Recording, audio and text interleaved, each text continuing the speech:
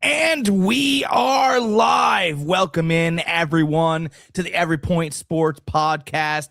I am Jack Stash from Fantasy Farm Sports. We've got the Old Gamer GK, Greg, with us today. Greg, how are we feeling? We're doing good, guys. We're doing good. I'm super excited to be talking about NFL free agency. We had a lot of moves this year. We had a lot of moves before free agency even started. I think more this year than we ever had. A lot of trades before the legal tampering period even started. So we got a lot to talk about this week. Super excited. We got fantasy baseball coming up. We're going to talk a little bit about that. What about you, Jack? So I wish we'd slow it down a little bit. Like the league just ended. Mm-hmm. Right, we just finished the Super Bowl. We just got everybody off of the late night talk shows down to offensive linemen for like the late shows. You know what I'm saying? We just got done with the whole NFL season. I understand the draft is heading our way. I understand the combine's heading our way, but it's the whole legal tampering, all this news just kind of shoots out before any of it is confirmed. Mm-hmm. Before any legalities of a season even began. Like, what if the NFL, right, saw all this stuff going on and just was like, you know what? That's it, lockout. Because you guys did things ahead of time for which we didn't talk about or that we told you not to do, we decided to lock all of you team owners out of the franchise of the NFL. I mean, I'm not suggesting it. But, like, can we just, all right, I don't need the NFL all the time. We take a little break. We take a little breather. There are other sports or other industries, right? We love the NFL, but I feel like, you know, if it goes away, right, then then people are like, oh, man, I wish we heard some news. Good. That hasn't happened over the past couple of years. And I just, I think it needs to be mentioned. You mean I understand what you mean, and you're talking more about the anticipation of everything, the build up, the excitement. Oh, we're getting some news right now. What is it? As opposed to like, oh, another NFL player got signed or this person got signed. I get it. The average fan, yes, they a cleansing of the palate. We can say. I don't care where Patrick Mahomes is vacationing right now. I know. Oh, I don't care either. I don't care what Kelsey and whatever Taylor Swift are doing or whatever. I could care less. What I do care about, though, is somebody like Mike Evans signing with my 49ers, which we will get to. All right. Where do you want to start? All right. What's going on, NNBN? How are you? Welcome to the stream. Greatly appreciate you showing up just in time for us to talk some NFL free agency. We're just going to, for anybody that's watching, we're going to be on the NFL free agency tracker on NFL.com. That's what we're going to go by. Okay. You're 16. Well, welcome. Appreciate you showing up. Doesn't matter what age you are. You can still learn something about the NFL. But let's see here. So first off, let's start with the Buffalo Bills. Okay. All right. I'll go through their signings real quick. They signed a 2-year contract with Kyle Allen, backup Shane Buechele, DJ Moore. They acquired in a trade from the Chicago Bears. We'll talk about that. Yeah. They re-signed. What's that? Let's go right into that. Right into the DJ Moore? Let's go right into the DJ Moore. Okay. Because the Bills have done a lot of things, and there'll be a lot of names mentioned. You want to be in the NFL, dude. Good luck. I really hope you do. You're glitching. I don't know. That should not be on our end, or maybe it is. It is on my end. My freaking internet again, isn't it? We're not real. We're robots. We're glitching. So let's talk about the DJ Moore thing. Okay. Because I think it's a terrible signing. I understand that the Buffalo Bills wanted to make some sort of splash or bring in a wide receiver, for Josh Allen. DJ Moore, first of all, let's just start here. DJ Moore has a bad vertical. He's fast, but he doesn't jump for the ball well. So you get the opposite of Keon Coleman. Keon Coleman jumps for the ball well, but he's not fast. And now I got to guess on which side of the field each guy's on, as I have huge men chasing after me and trying to injure me. Okay. DJ Moore has never really been a number one on any team. Okay. He did fine with Sam Darnold and then faltered. Right. You can argue that Sam Darnold and Jackson Smith-Njigba have had a better year than DJ Moore and Sam Darnold ever have. Mm-hmm. Right? You got a Super Bowl, you got more yards, you got more touchdowns, you got a lot more. DJ Moore went from Sam Darnold to not running the right routes with Baker Mayfield. How about that?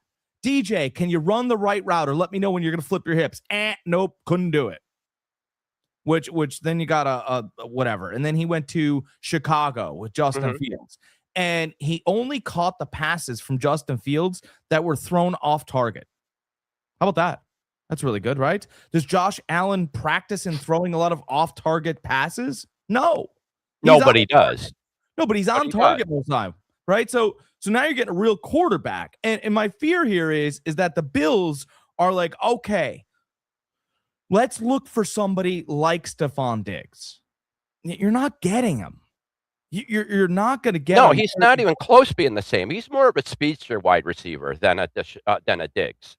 Diggs can do a lot of things, and Diggs is not that same guy anymore. But we saw from last season that he still can get a lot of things accomplished. Mm-hmm. And DJ Moore wasn't the number one in Chicago. I don't know if they're really looking at him be the number one. They're looking for that guy that could stretch the field so Coleman could catch those posts and those middle those passes in the middle, stuff like that. I love the signing. I think it's great. Yeah, I really do. I think he's going to do way better there than he did in Chicago, and he did very well in Chicago. When? The last 2 years, he's done well with them. He's definitely not a scrub. Because Chicago drafted Rome Odunze because they went, all right, DJ. We thought DJ Moore was going to be a lot better than this. You know what they want? Everybody wanted DJ Moore to be Percy Harvin, and he's not. Mm-hmm. Percy Harvin's a freak, right? Oh, so absolutely. DJ Moore's not Percy Harvin. By the way, he doesn't have the attitude of Percy Harvin. He's got a better attitude as well, right? But they drafted Rome Odunze, and they went, well, we'll give somebody to help him. Rome Odunze ended up getting the ball more than DJ Moore.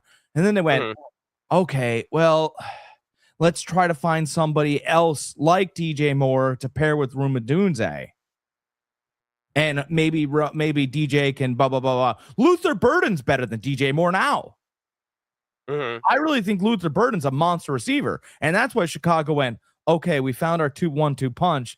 Let's try to sell DJ Moore because we really liked him. And we thought he was number one, and we were wrong. And I just, you're getting up there in Buffalo, and you're hoping and praying and wishing and dreaming. And once upon a time, Joe Brady coached an offense that had a Jamar Chase on it. Remember LSU? Mm-hmm. And I think he's thinking, or Buffalo's thinking, that Joe Brady can get some kind of Jamar Chase version out of DJ Moore. And I hate to wake everybody in Buffalo up, but he's not.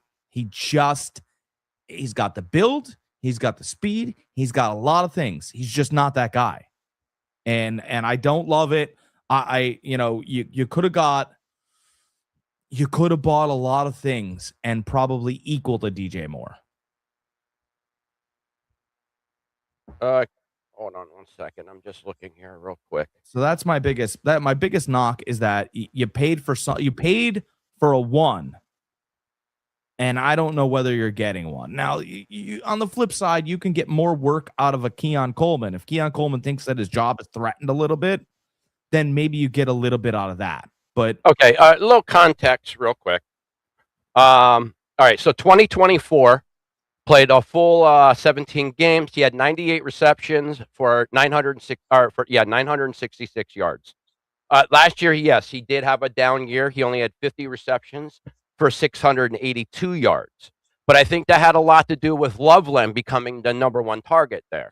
But let's go the year before. Because okay, he had 2023. He had 96 targets with the Bears. He had 1,360 964 yards.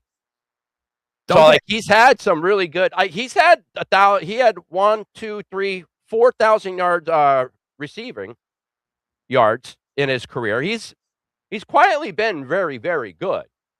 Like I said, that I'll give you. Yeah, last year he had a bit of a down year, but again, the year before that, you said he had 98 receptions. yes, and he didn't reach 1,000 yards. Yes, but we're also going with the Bears team that didn't. Yeah, 966 yards. But we're talking about a Bears team that wasn't very talented then. They got a lot of their talent last year in the offseason. That's good. If you're the only talent on a non-talented team, you should outshine. And that's what he did. He had 98 receptions. No. 2 years ago, he had 98 receptions. Yes. Last year, he had more people on the team. And like I said, Loveland became their number one target. Yeah. You know? Which cut into his catches, which is fine. But even if the Bills get that 50 catches, that's way better than what they had last year. I mean, I don't know. It's not great, and you paid money for him. I don't like paying money for this. It's not the worst money spent, but it's not even the worst money spent. To be honest, I'm not sure what his contract is, but I know they gave up a. Hold on here. They gave up a 2026 fifth round pick, and they got a second round pick for him. So,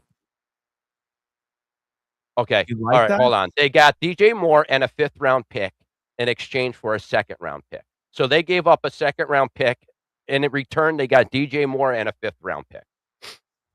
It's fine. There's nothing that listen. If you want to say the second round pick is too much, okay, I'm with you. Okay. I can accept that. Absolutely. You can get somebody like Cooper from Indiana early in the second round. You're telling me he's not just like, yeah, there's a lot of what ifs because he's a rookie.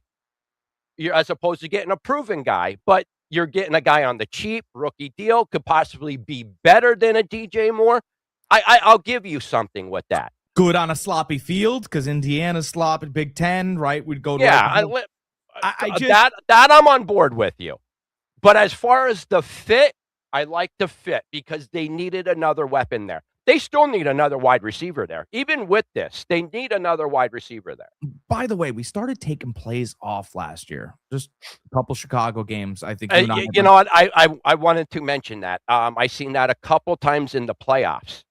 Actually, the game that ended their playoff run, if you watch it, he gave up on that route.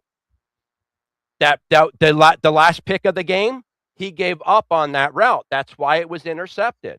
I'm out, and he sat out a little bit. He took plays off because of his back. Like I think, look, Chicago fleeced them. I really believe that. Mm-hmm. I really believe they wanted Luther Burden, and they got Burden, they got Loveland, and they've got Adunze. Yeah, they have a nice three there. Absolutely.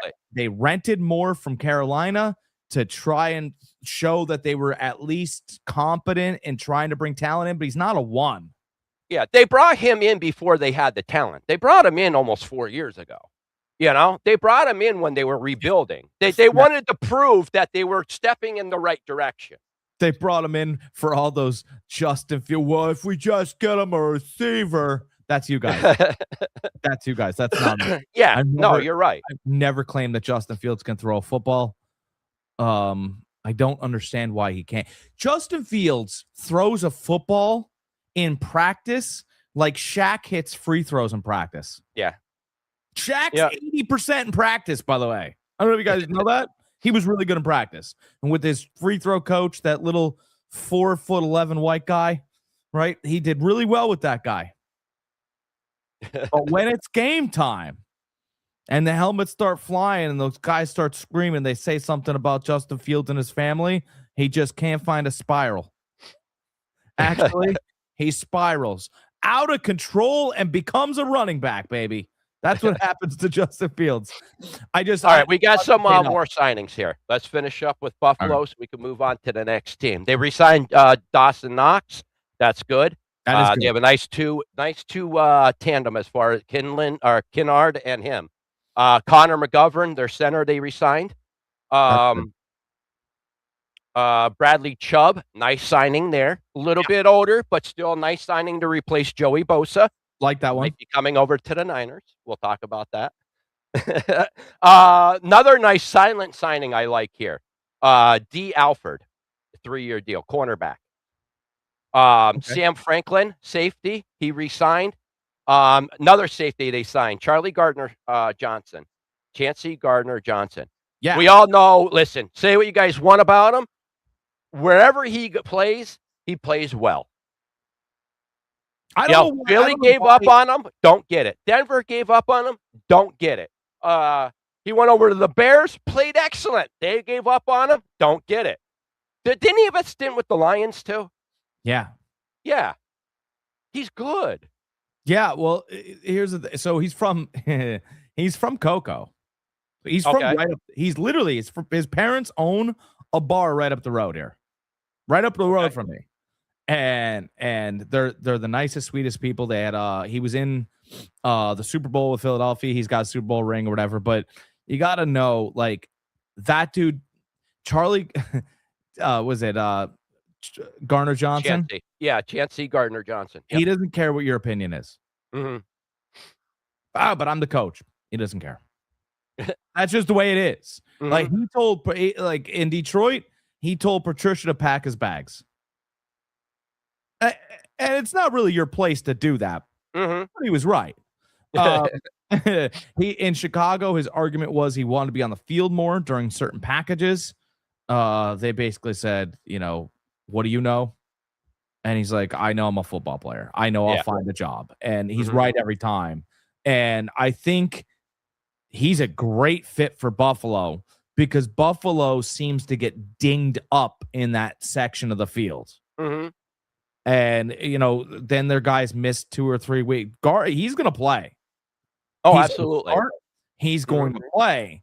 And you're going to, I mean, he could have a Pro Bowl season. Mm-hmm. Now you're going to have to deal with him. He's going to chirp a little bit. That's just who he is. But that's who he is. If he doesn't chirp, he doesn't play. Mm-hmm. You know, so I feel like certain guys just start barking just to get themselves kind of involved. And Garner Johnson's one of those guys. And that was around here. They were like, dude, he ain't going to shut up. Mm-hmm. And that was when he was with the Philadelphia Eagles. And then they moved him to Detroit. And they're like, if they think he's going to shut, he's not going to shut. He knows how good he is. Mm-hmm. Like, he'd bet on him in a boxing match against a real boxer. That's just how he is. and yeah, he's going to get knocked down 5 times, finish the fight, and go, man, I ain't never boxed before. And you're like, mm-hmm. That was something that was getting your head punched in. But you know what? With some training, that's just how he is. So deal with it or don't deal with it. There's a little bit of Antonio Brown to him. A little bit. Yep. But he's hitting people. He ain't taking the hits. Mm-hmm. He covers well.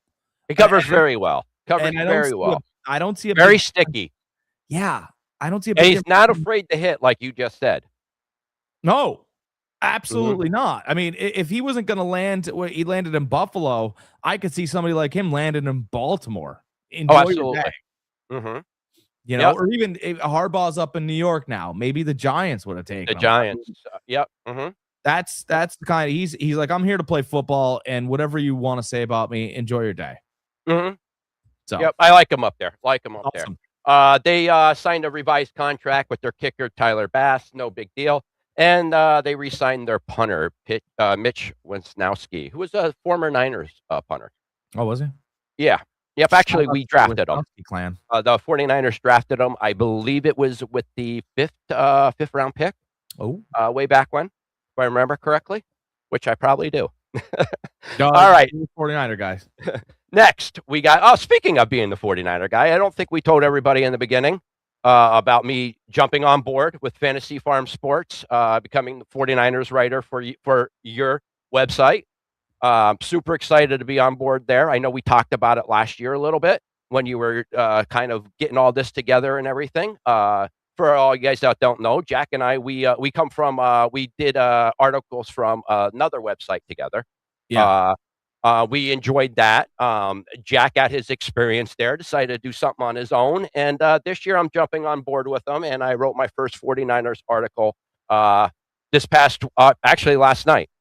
Yeah. So it was published last night. Jump over to Fantasy Farm Sports, check it out.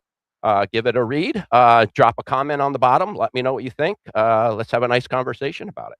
Yeah, it's great work. And for everybody out there that says stuff like, if I was the boss, bite your tongue, because it's a lot of work involved for people Yep. and the boss. You know what? You probably could do it. You probably could do it, but I'm going to tell you that the boss takes all requests at all times, and that's fine, which is great. Mhm. You know, and like I tell people all the time, my mouth runs wild, so a lot of times I'm always writing new checks, but then you got to cash them. So yeah, fantasyfarmsports.com. Greg's a tremendous addition to what we're trying to build over there. So Awesome. thank you so much, and it was a great article. Absolutely. Yep. Thank you very much, and I'm happy to be on board. All right. With that out of the way, let's talk Miami Dolphins are next. I know you're going to like this signing. Malik Willis I do. signed a 3-year deal with them. $45 million guaranteed, including a $22.5 million signing bonus, which is huge for really starting 3 games. That's it. But the 3 games that he did start, he played very, very well, almost to well enough to where they were talking about who's better, him or Love. Who should have the reins here in Green Bay, him or Jordan Love?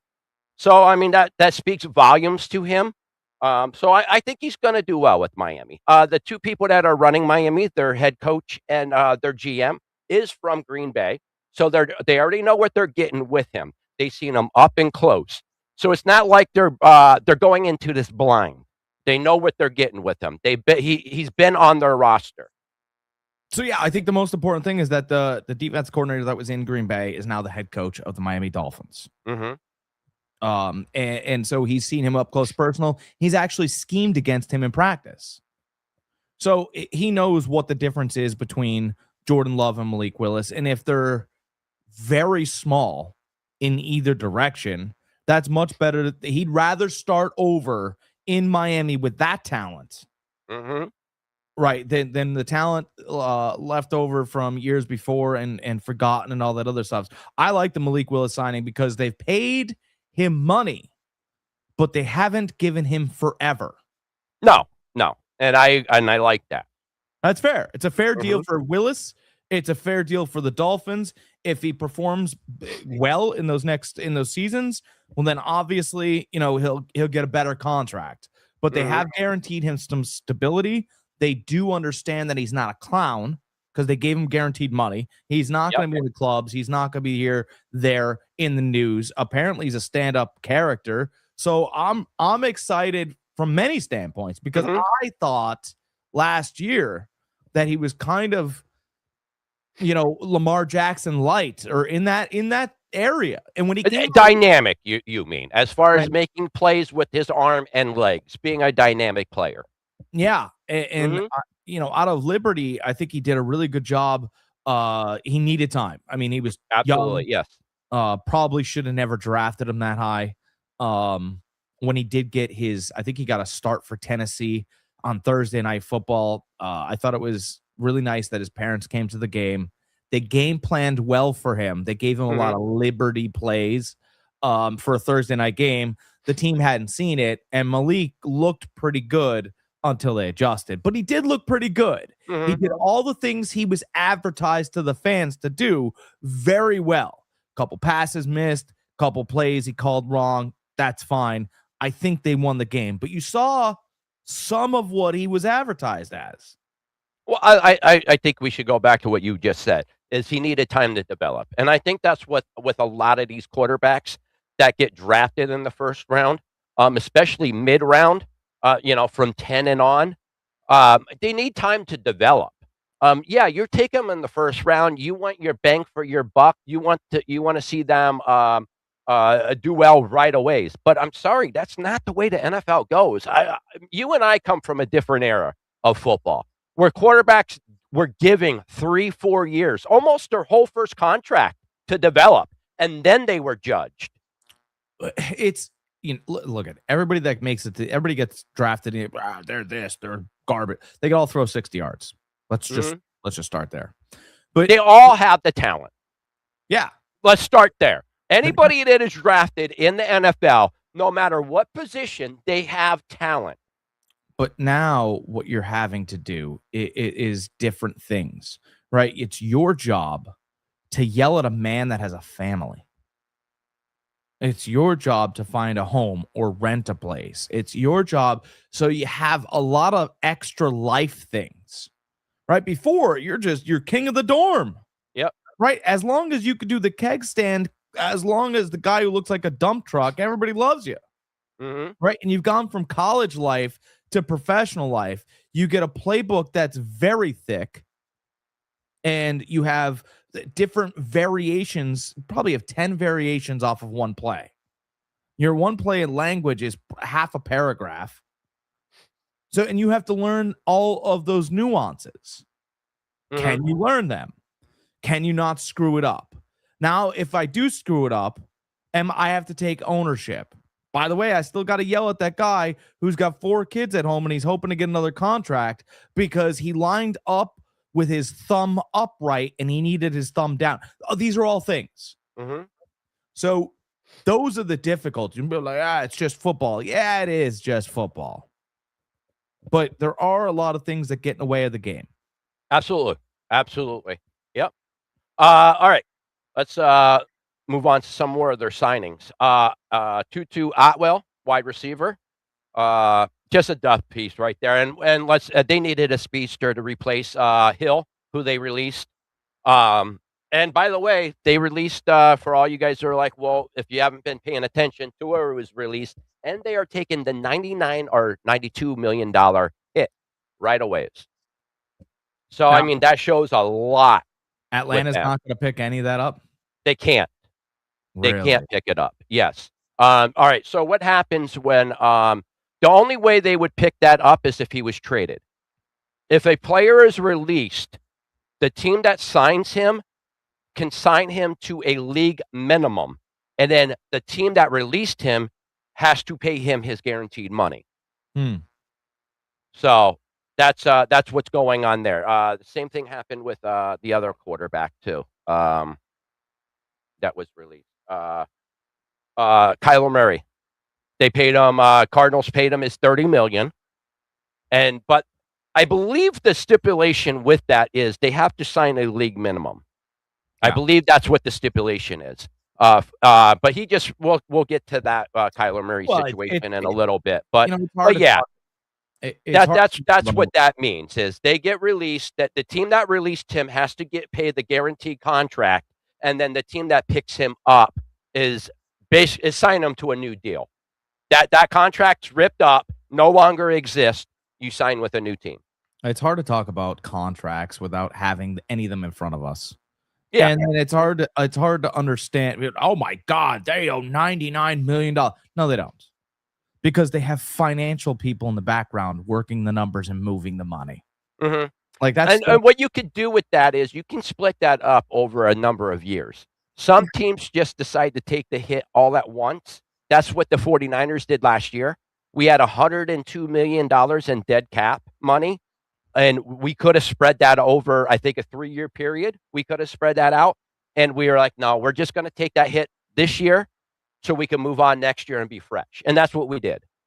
Yeah, I mean, and there's you don't know how much money they already have in 5% bonds that go over 6-month range that would pay half of these things all off. Like you have no idea about nobody does. And these teams with these big contracts now, they could take insurance policies out. Yes. Like the Niners took an insurance policy out last year on Nick Bosa.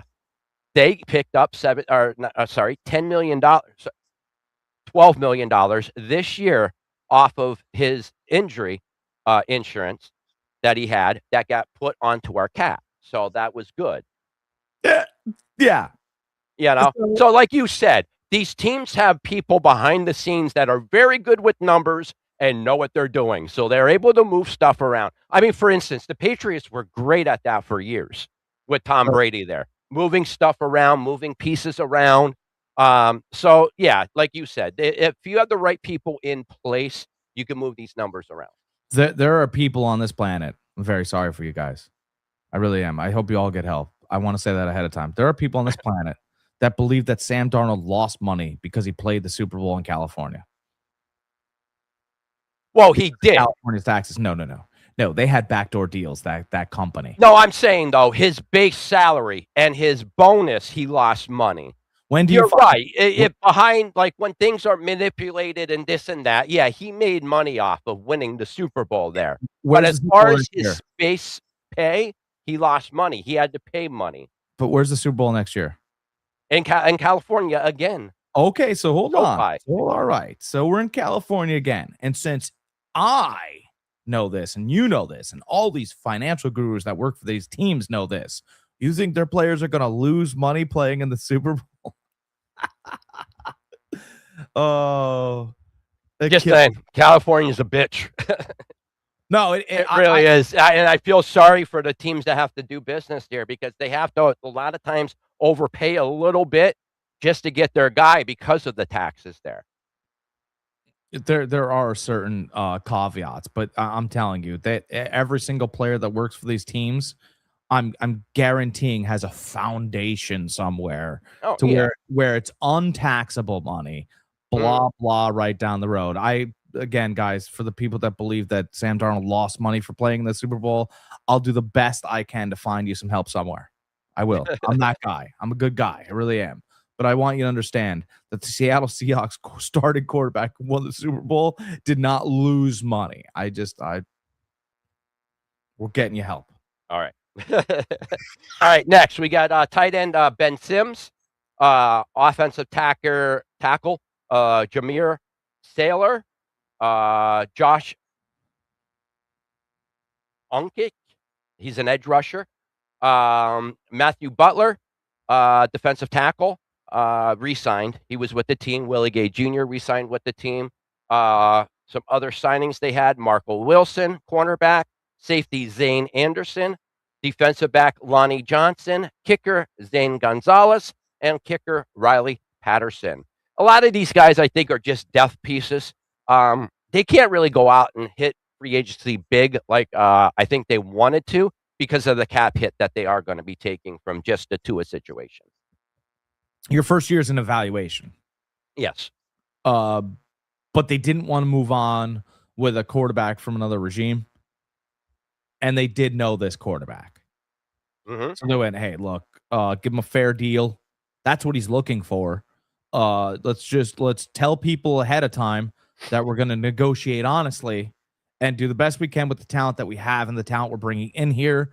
And people will respect us as a franchise. And guess what? Yeah, they just need time to develop. I mean, like the Bears, like they needed time. They needed a year. Give them a year. Let's see what they could bring in their second year, and let's see the jump they can make. I'm not expecting much from the Dolphins this year. By the way, people are, the Dolphins are terrible. The Dolphins were fine. They fired Mike McDaniels, but you know what? That guy didn't do a bad job for the culture that he built there. He really didn't. And you might hate him for how he looks or how he acts on the sideline, or he should be doing press conferences a certain way. I got news, man. He was himself the whole time. The players loved him. Players loved him. Yep. They love his quirkiness. He put together a nice couple of years. Mm-hmm. He dealt with injuries, he dealt with attitudes, and he dealt with players that I don't think that he wanted to have. Mm-hmm. And put a winning product on the field most weeks. Yeah. Yep. I mean, he got to a $100 million contract. He led the league in passing one year. You know? Guys love Sean Payton and the Denver Broncos. That Cats team stomped them. Remember that? Yeah. 70-something, and they left off the pedal. Yeah. They could have kept scoring. They could have broke the record. 70 points, all you can eat up there in Denver. So let's just, as long as, all right, we're the new coach and all that. The old coach wasn't also bad either. Mm-hmm. Yep. All right. Next, New England Patriots. They signed Vera Tucker, offensive lineman, fullback Reggie Gilman. Nice signing here. Romeo Dobbs, wide receiver from Green Bay. Nice third down guy, speedster. Tight end Julian Hill. And a defensive lineman, Draymond Jones, and safety Kevin Bernard. Sorry. Romeo Dobbs, I like that signing. They did give him a 4-year, $70 million contract, so he did get paid a good chunk. But he's a nice, solid third down guy. He was there for Green Bay. When he was healthy, he was really good. I thought they paid him more. I thought it was 4 years, 112. Yeah, no, 4 years, 70 mil. Okay. Ian Rappaport reported it. That's fine. I thought it was more money. It's fine. He's DJ Moore. Younger. Yeah, a lot younger. I mean, look, if you're gonna do things the Patriot way, you're going to lose talent like Stephon Diggs. Yeah, and they don't have Stephon Diggs. Or you don't. He's not going to be there. I like that. I like him. I like that young receiver pairing with Drake May. I don't. The reason why I don't is because Josh Allen was able to grow past Stephon Diggs after 3 years. Mm-hmm. But he needed those 3 years. And I really like I watched that whole Super Bowl as everybody else did. Drake was lost.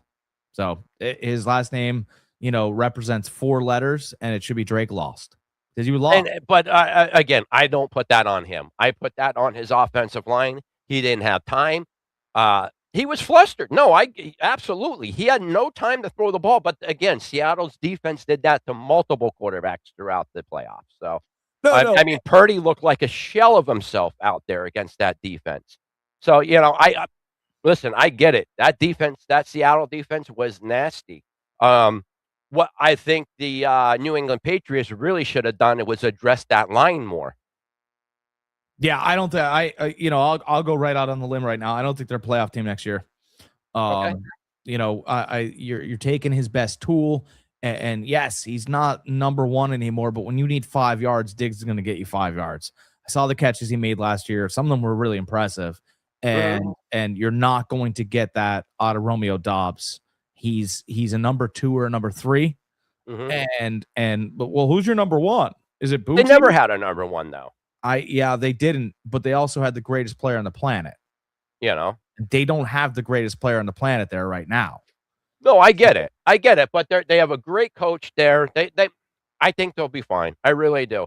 Do I think they'll miss the playoffs next year? I don't think so. I really don't. I find out Mike Vrabel is too good of a coach. I think they're building something really good there. I understand they'll have a much tougher schedule this year, way tougher. They had the easiest schedule in the last 25 years in the NFL last year. Yeah. So listen, I get all that. But the point is they're going in the right direction, so I find it hard to believe they couldn't sneak in on a wild card. They might sneak in, but but everyone. I'm not saying they'll be dominant like last year. I'm not saying that. They could very well be a better team next year, but with a worse record. We've seen that plenty of times. They might sneak in New England, but the snow is coming. If Dobbs had Diggs' attitude, you'd be in good shape. Mm-hmm. Like you don't want the off the field stuff, but I don't know if you get the on the field without the off the field. It's just kind of the way top tier receivers are. Mm-hmm. I don't know. You have to be half nuts. Everybody's like, oh, Keyshawn Johnson shouldn't be out of the club. Brother, he runs across the middle and takes on linebackers. Which one do you want? Because I don't think you could get the one without the other. I really, Michael Jordan used to unwind with 30 games of poker. Do you understand? Mm-hmm. It's a little. You have to have a little bit of crazy, and otherwise, I don't think it really works. And we'll see. I don't think Drake's ready for the whole step. Okay, all right. I love Drake May. I really do. Again, I would feel a lot better if they shored up that line a little bit, especially that left tackle, that Campbell. He looked horrible in the Super Bowl. But again, it was against that Seattle defense, and they were just nasty all year. So we'll see. All right, next we got the Jets. Oh boy, we got a lot to go over here. We got a lot of signings. A lot. There is. Geno Smith. Back with the team that drafted him. Okay. 15. Seen somebody joke around before about it, but I put my own different spin on it. Geno Smith is like getting married and divorced 5 different times, and on the 5th time, you go back to your first wife, and she says, "I've changed." We'll see. We will see. I mean, They franchise tagged Bryce Hall, which we all kind of figured they would do. Uh, we'll just bounce over their resignings from their players. Dalen Parman, offensive guard, they signed. Edge rusher, Kingsley Egerbar. Edge rusher, Joseph Osoi. Osoi. Ossai. I'm pretty sure I'm saying that right. Another defensive lineman, David Ani Matia. All right. That's as best as I could do, and that's all you guys are getting out of me. All right. Another defensive lineman, Devontae Sweat. That's a nice one. That was a trade with Tennessee Titans. yeah. Linebacker, Demario Davis. A little bit older player, but still a nice linebacker. Linebacker, McKeel Walker. That's a re-signing, by the way. Cornerback, Nashawn White. Safety, Dane Benton. Safety, Andre Cisco. And we all know the trade, if you guys didn't see, Makia Fitzpatrick from the Dolphins, which I don't get why he keeps bouncing around either. Same thing like with Charlie Gardner. I don't get why Micah, sorry, I said Makia. It's Micah Fitzpatrick, former Bama player, by the way. Just throwing that out there.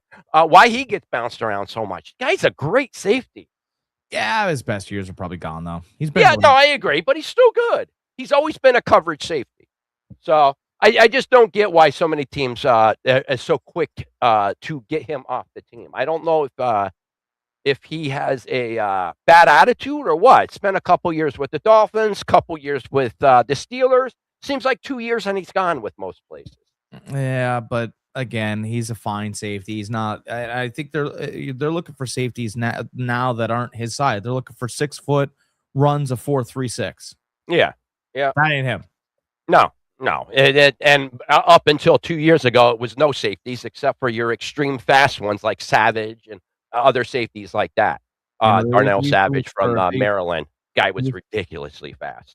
They used to look for fat guys in food eating competitions. Now they look for swimmers. I mean, no, but that's right. Yeah. Oh, the fat guy is going to win. Now they look for a guy that can, that looks like Michael Phelps because he digests food so quickly. So, I mean, times change though. Yeah. Times change, right? Now the belly doesn't matter. Listen, is Geno Smith an upgrade over Justin Fields? Absolutely. But let's face it, it's Geno Smith. We've seen what he did with the Raiders last year. You really think the Jets are any better than the Raiders were last year? I do. What, you do? Yeah. Oh, because I don't. I do. They had to fire Chip Kelly halfway through the year because he was putting together wrong packages and calling wrong plays. He was calling in the wrong plays to Geno. And so Geno was, no, this really happened. They fired him halfway through the year and they couldn't figure out who was making the mistakes. Pete Carroll hired Chip Kelly so that Chip Kelly would bring him the best talent from college football. Mm-hmm. And Chip Kelly went in and half-assed the job, like always. Right? You got to keep a very close eye. Chip Kelly's got a lot of George Costanza in him. If you don't keep your thumb on him, he's going to screw around in that office. Mm-hmm. And so Geno went absolutely crazy. Geno used to have a great hairline. If you noticed, I think it's all the way back right at the crown of his head now. He has the LeBron hairline. Yeah, well, he does. Because what happened was Chip Kelly kept calling in the wrong plays. And everybody was getting mad at Geno. And Geno had blow up over Chip Kelly. Mm-hmm. And finally, Pete Carroll had to sort it out in his office and found out that Chip was calling the wrong plays and fired him. So if you have a competent offensive coordinator, I think you'll have a competent Geno Smith. Is he on the back end? Sure. Can he still throw a spiral and be very accurate? Sure. Does he have any good weapons there? No. No, that was my point. Is the Jets any better than the Raiders? Is my point. I don't think their roster is any better. Well, we'll talk about the Raiders and what the moves that they made. They made right now. They're looking very good and going in the right direction. Some of the names that they signed and the way they're constructing that team over there, I really like what they're doing. Adonai Mitchell would be the only guy that stands to benefit here, because if Adonai Mitchell can catch the ball, that's his only issue. If he can catch the ball, he can burn corners. I mean, he could really beat corners. I mean, Adonai Mitchell is probably one of the most talented receivers in the NFL that could beat corners. But he can't catch the ball. Yeah, he has no consistency with his hands. And I was one of them that wanted him from Texas. I wanted the 49ers to draft him. He has the size, the speed. Like you just said, he's just very inconsistent with his hands. I'll tell you what, this sounds crazy, but I would take Adonai Mitchell over Marvin Harrison Jr. No, because he clearly beats corners. Marvin Harrison Jr. does not. Yeah, I think we haven't seen the best of what Marvin Harrison can do right now yet. And we're not going to. I don't know. No, not right now. But I believe that they'll get somebody over. All right, that might happen. But I'm saying, like, right now, I think Geno Smith can deliver a good ball to Mitchell and help him progress. Listen, is he an upgrade over Fields? Absolutely. So their passing game should be way better than what it was last year, which should in turn help Breece Hall. Right. Let's do this. Is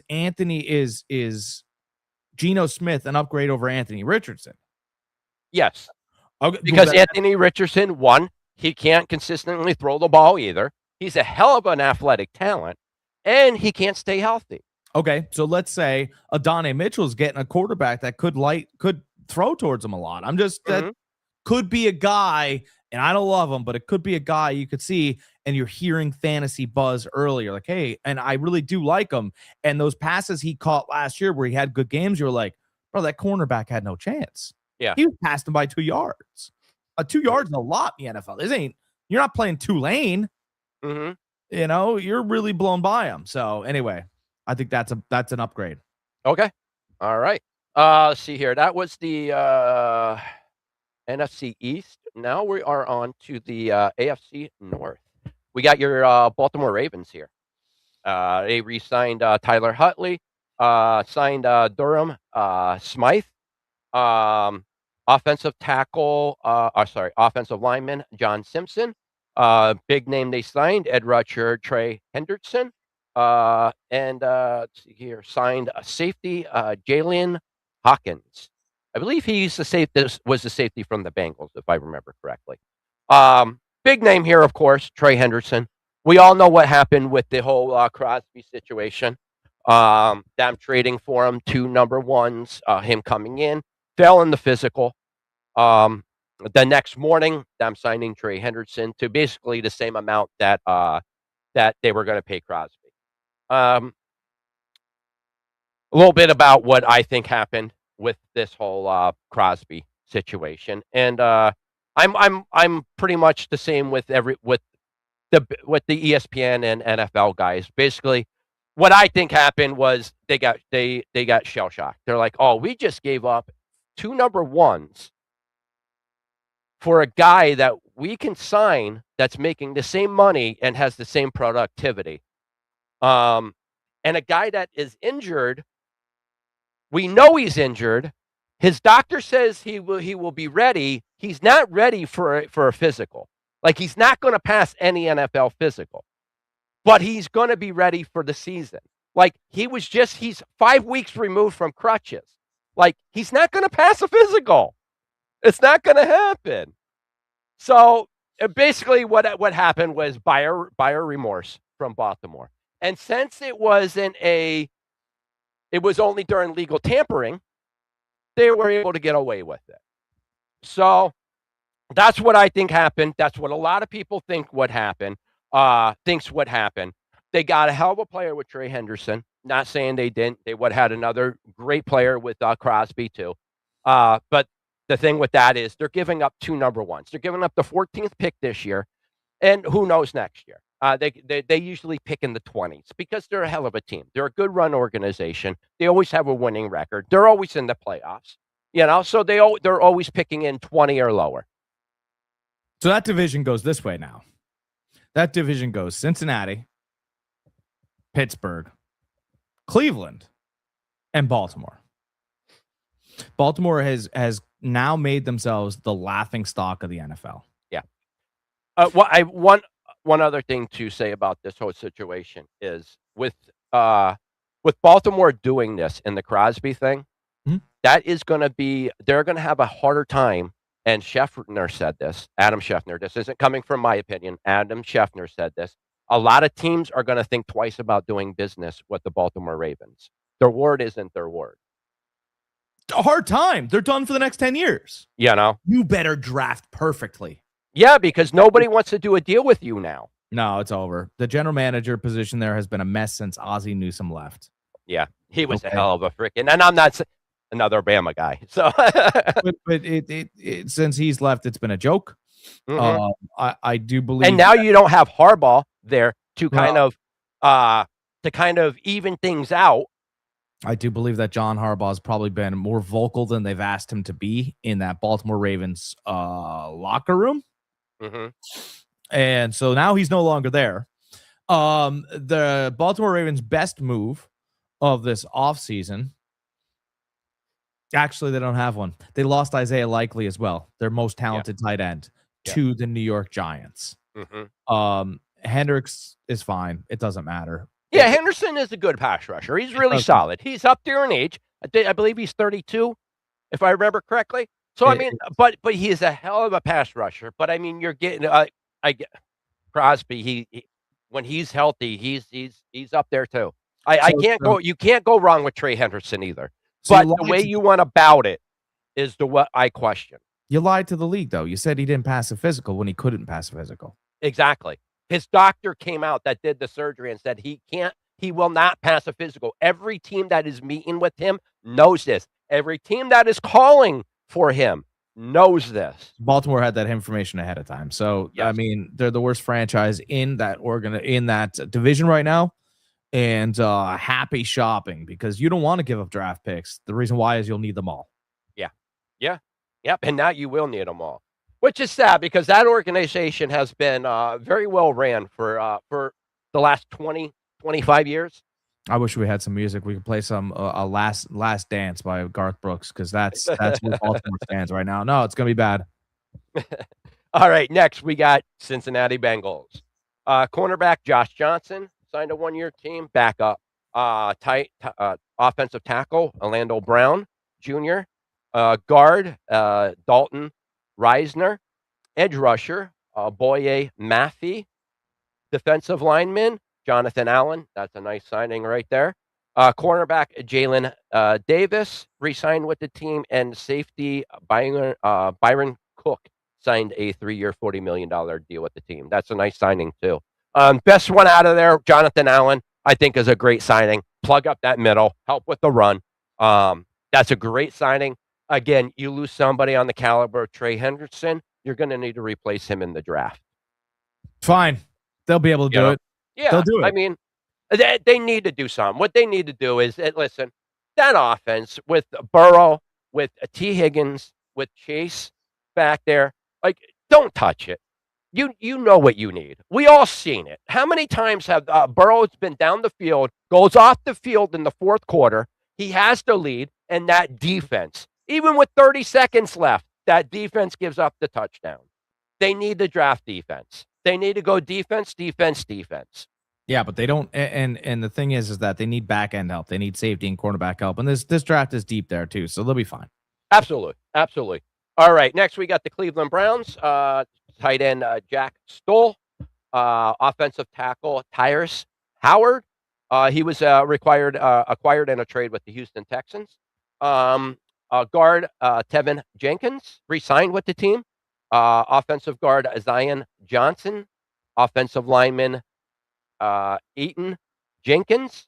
Linebacker Quincy Williams. And punter, I'm not even going to, whatever punter they had, that's who they have. Bojorquez.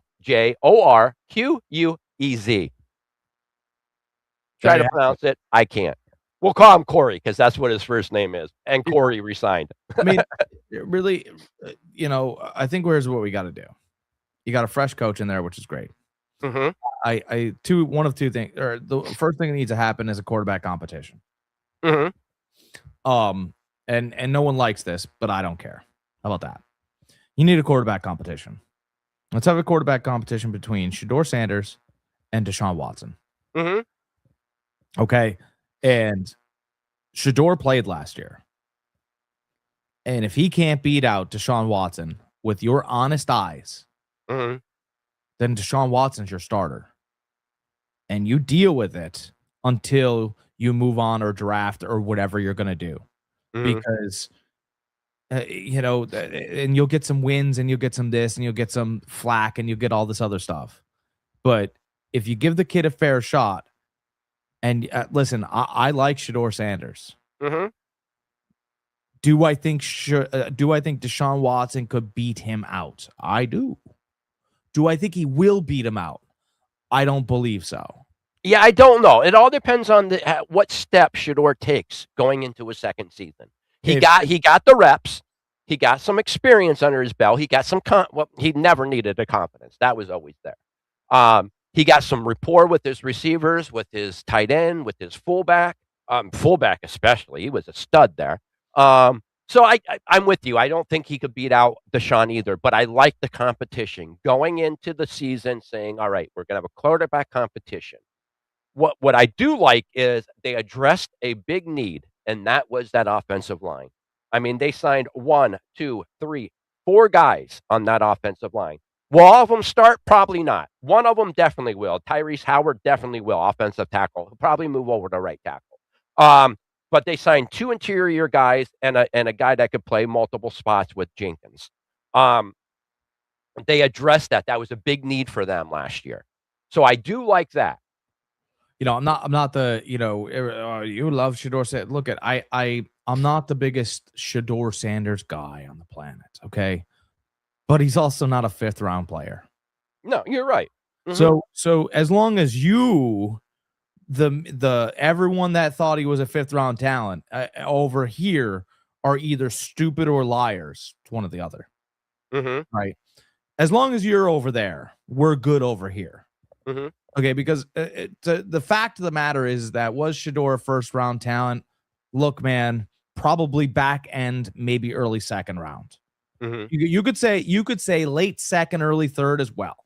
Mm-hmm. That's the window. Late 1st to early 3rd is where that dude lives. Okay, and yes, maybe Dylan Gabriel has more of a grasp of the offense, but Shedeur Sanders is clearly he's a better football player. Mm-hmm. So I want to say something real quick because I'm not sure our audience really understands how the first round in the draft works. Everybody's always saying, well, why did they trade up for this player into the first round? They could have got him in the 2nd round.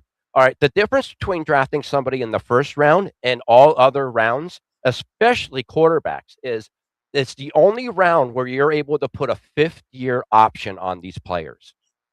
So not only do you have them for 4 years, you have a 5th round, you have a 5th-year option. If these players are doing what you expect them to do, you're getting an extra year out of their contract. Now you're not getting them for the rookie deal. You're getting them for what they do is they take the top 10 in that position, take that average, and then that's what that player will get paid in his 5th year. But you get that extra 5th year to develop that player to see if you really want to pay him that big chunk of money. So for the audience members that truly don't understand, why that first round is so important and why a lot of teams will draft up into the low 20s to get like a quarterback that was supposed to go in the 3rd, 5th round, something like that, and they move up to the late 1st. That's why. I do like the pairing here, though. I do like Todd Monken pairing with Shedeur Sanders. Mm-hmm. Because I think Todd Monken's a type of offensive guy that will play to your strengths. Mm-hmm. And I think he's laid back. And I think that's good. I think Kevin Stefanski is so angry at the world that he just needs this. He's a disciplinarian. I get it, but he's not. There's nothing about him that's smooth. Mm-hmm. And I think Todd Monken's like, all right, well, we're down by 10 points, but the kid's still smiling. He doesn't look worried. So let's just work through this. Where I think Stefanski is so mad. He's punching the grass, not realizing where the handprints lead. Listen, I want to see Shedeur succeed. I really do. Because I'm a huge Deion Sanders fan, his dad. But honestly, what I want to see is, and I just want to see it for this, I want to see the Browns lose like their first 8 games in a row. And I want to see if Todd Monken goes to the other team and starts talking shit on the Browns again. Because that's what he did when he was the offensive coordinator there. He used to go up to other teams and talk so much crap on the Browns to the other team. So I just want to see it. I just want to know if that happens. That's it. Well, he used to talk so much trash on Stefanski. He talked shit on the whole Browns organization and how dysfunctional they were. And listen, he wasn't lying. They are, and they were. Yeah, they're jokes. Yeah, I mean the owner hired all these people to go on a coaching search for him. Brings in all these names to talk to, and he's like, no, I appreciate you guys' work, but we're gonna go with Munkins because that's who I want. Yeah, he wanted to take an aptitude test. Yeah. They wanted you to do a essay. You had to write an essay before you even freaking came in for the interview. Josh McDaniels was like, I went to Yale. Yeah. He goes, I'm going over with Jim. I'll go over with Jim. I have a certificate from Yale. Yeah, we would like to see a paragraph. I got it. Yeah. Right. Yeah. I got another call to take. He's got to go home to his house and explain to his wife that Yale representation wasn't good enough at the job interview. They wanted a paragraph like he was in high school. All right. Some of these teams we're going to have to start flying through here because we got a lot still. All right. We got Pittsburgh Steelers. Pittsburgh Steelers. We got Rico Dow from what's that? Big signing. Yeah. Nice signing. Another big signing. Well, they traded. Michael Pittman. Love that pairing. Oh, I love that pairing with Metcalf. Yeah. Love that pairing. Offensive tackle. He's a depth piece. Jack Driscoll. They re-signed Cameron Hayward, which is great. Yeah. Yep. Signed James Dean, cornerback. Jamel Dean. I'm sorry. Former Tampa Bay Buccaneer. Yeah, he's a good player. Re-signed Asante Samuel. Another nice signing they had, Jaquan Brisker and Darnell Savage, 2 safeties. Very nice safeties. So I like this. I like the moves they've made. They made some they shored up that secondary there, is what they did. Yeah, I mean nothing insane, but you got the plan. Exactly. Yes. All right. Next we got the AFC South. We start off the Houston Texans. We got David Montgomery acquired in the trade with the Lions. We got tight end Foster Menu. We got Dayton Schultz, offensive tackle Evan Brown, Braden Smith, another offensive tackle, a guard re-signed with them, Ingram, edge rusher Darnell Hunter, very nice. Defensive, even though he's older, but that's still nice to pair with Anderson on the other side. Oh yeah. Defensive end Logan Hall. Another defensive end, Dominique Robinson. Defensive lineman, Naquan Jones. Defensive lineman, Sheldon Rankins. He's a nice run stuffer in there. I really like that signing. That D-line is just going to be just as nasty as they were last year with more depth, a lot more depth. Linebacker, EJ Speed re-signed with them. Safety, Reed Blankenship. And kicker Fairbaum signed with them. Nice signings. I really like the Darnell Hunter signing. They have a young defensive line already. Bring in a veteran like that, you really can't go wrong. I don't know what to think about the David Montgomery thing. I just think that's grasping at straws at this point. You know what? I think that's grasping for a running back. They thought they had something last year with what's his name from the Bengals. He went down in the beginning of the year. Running back. You're talking about Nick Chubb. Oh, you're talking about Joe Mixon too. Mixon. Who's they were putting a lot of their stock in him. Yeah. That didn't work out for him because of injuries, of course. So I think this is a grasping at straws. Yeah. He was like, listen, we need a running back, man. We need somebody that kind of defines who we are, is who we are. They're a smash mouth team. They are. Yeah. You bring in a smash mouth running back like Montgomery. I'm with you. I don't know really what to think of that signing, no. But we'll see. We'll Don't see. love it. Yeah. Yeah, I mean, now if they draft somebody and have him paired up with like a speedster or something there, I'll like that a lot more. Yeah. He's a nice complimentary back like he was with Gibbs. Next, we got the Indianapolis Colts. We got a couple moves I don't like. Daniel Jones resigns 2-year, $88 million. That's a lot of money. Alex Pierce, listen, I know what he did last year. 4 years, $114 million. Biggest contract by a wide receiver ever. That's crazy. I kind of like that. Listen, I like the player.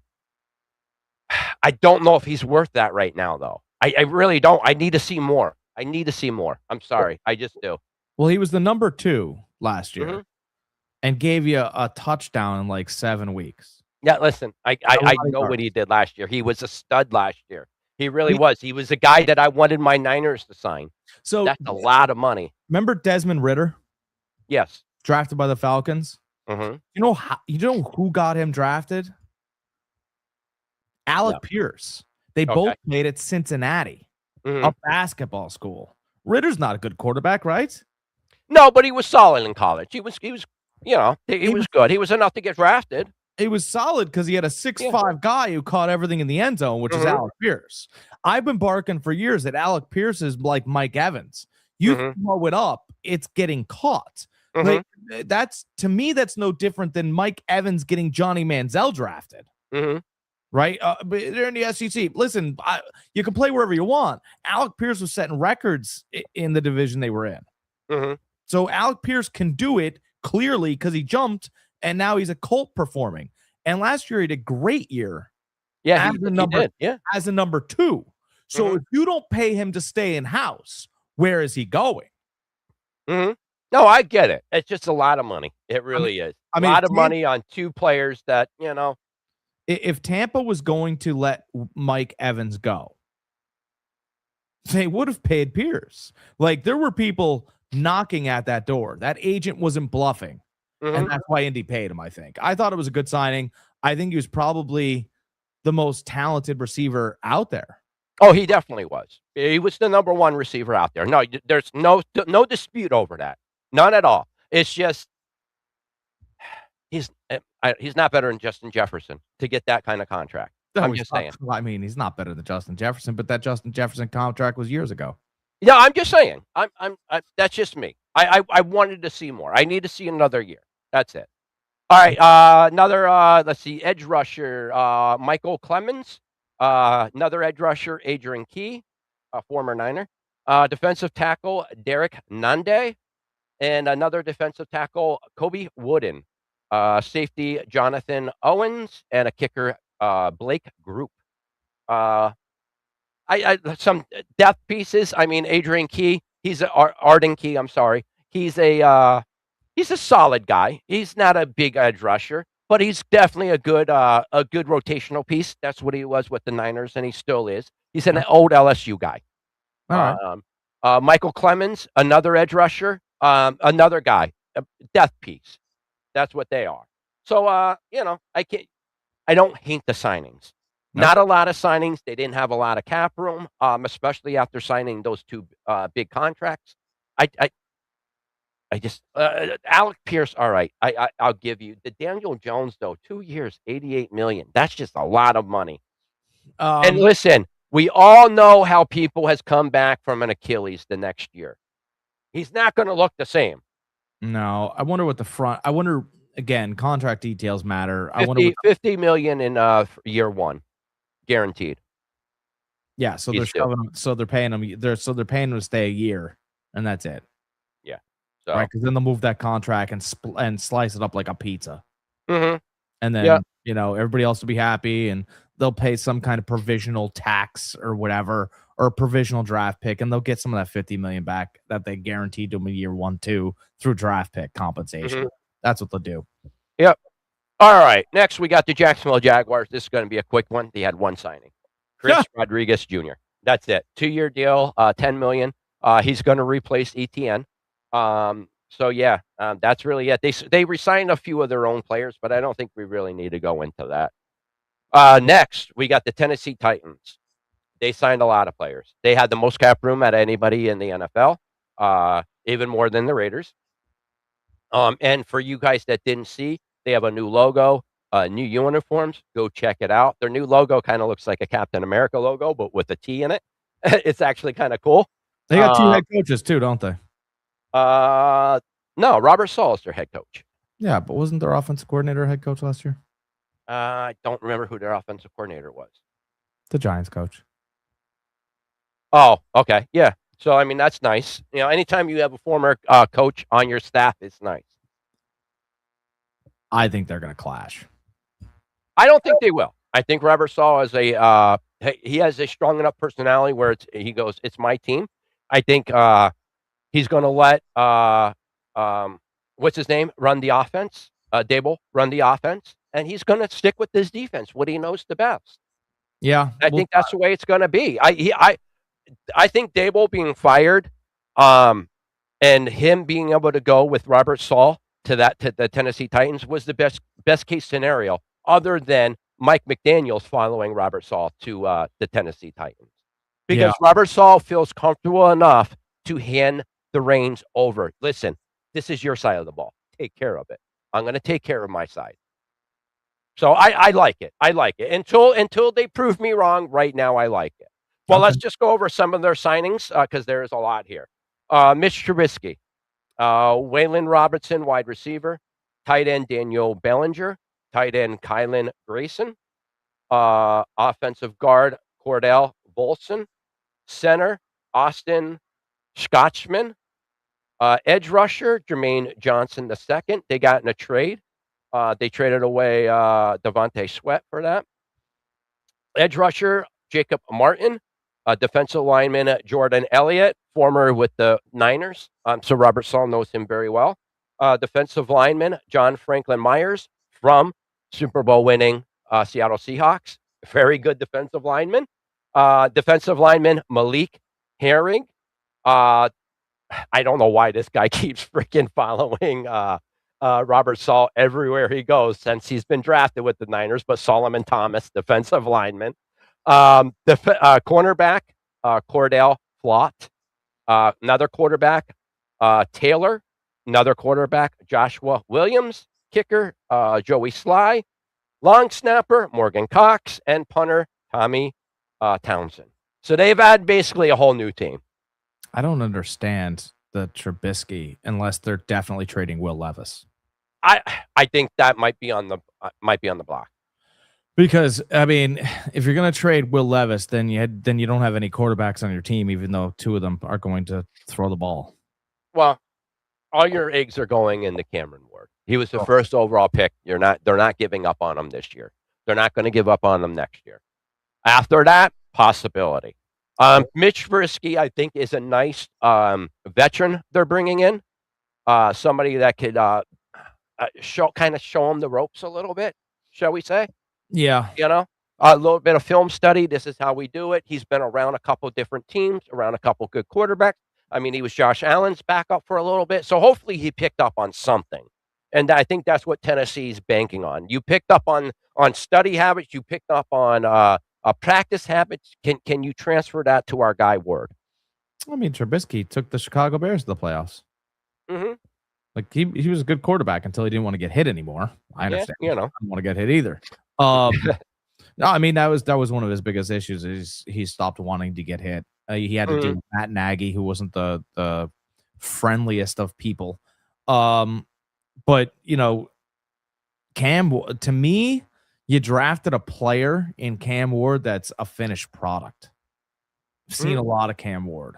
All of his tape looks the same. 8-second pockets. And that's just, you know, I know that you think you're getting Caleb Williams because he could run around and do all these things, but like I'm telling you, Caleb Williams, Patrick Mahomes, there's only guys that look like they can do that sometimes. Like, you're not getting a guy like that's not the quarterback mold. Yeah. That's a special person who can play like that. Mm-hmm. And you're not getting a guy that could play like that. So you better settle him down. I'm not as hard on Cam as you are. I'm still giving him time because he was a very raw product in college. And coming into an NFL, it's a different animal. So I'm giving him a little time to develop. He showed some spurts last year. Other times he looked like a deer in headlights and lost. So I'm holding off right now. I'm hoping that bringing in somebody like their offensive coordinator, bringing in somebody like their head coach will help. We'll see. We'll see. They went from Malik Willis to going, okay, all right. I don't want a 4-year developmental player, to Will Levis. Then Vrabel got fired because he was too big. Back to Malik Willis and Cam Ward. I mean, you literally went, all right, you said your guy, no. Yeah, and by the way, you're very big. So we're going to bring a very small person in here, run your guy into the ground, and then we're going to get our Malik Willis back again. He's got a different name. It's Cam Ward. But that's why it's Tennessee. That's why they're in the situation that they're in every year. So we'll see if the people that they brought in this year to run them can break them out of that mode. We'll see. Denver Broncos will move on. AFC West. Denver, they signed nobody.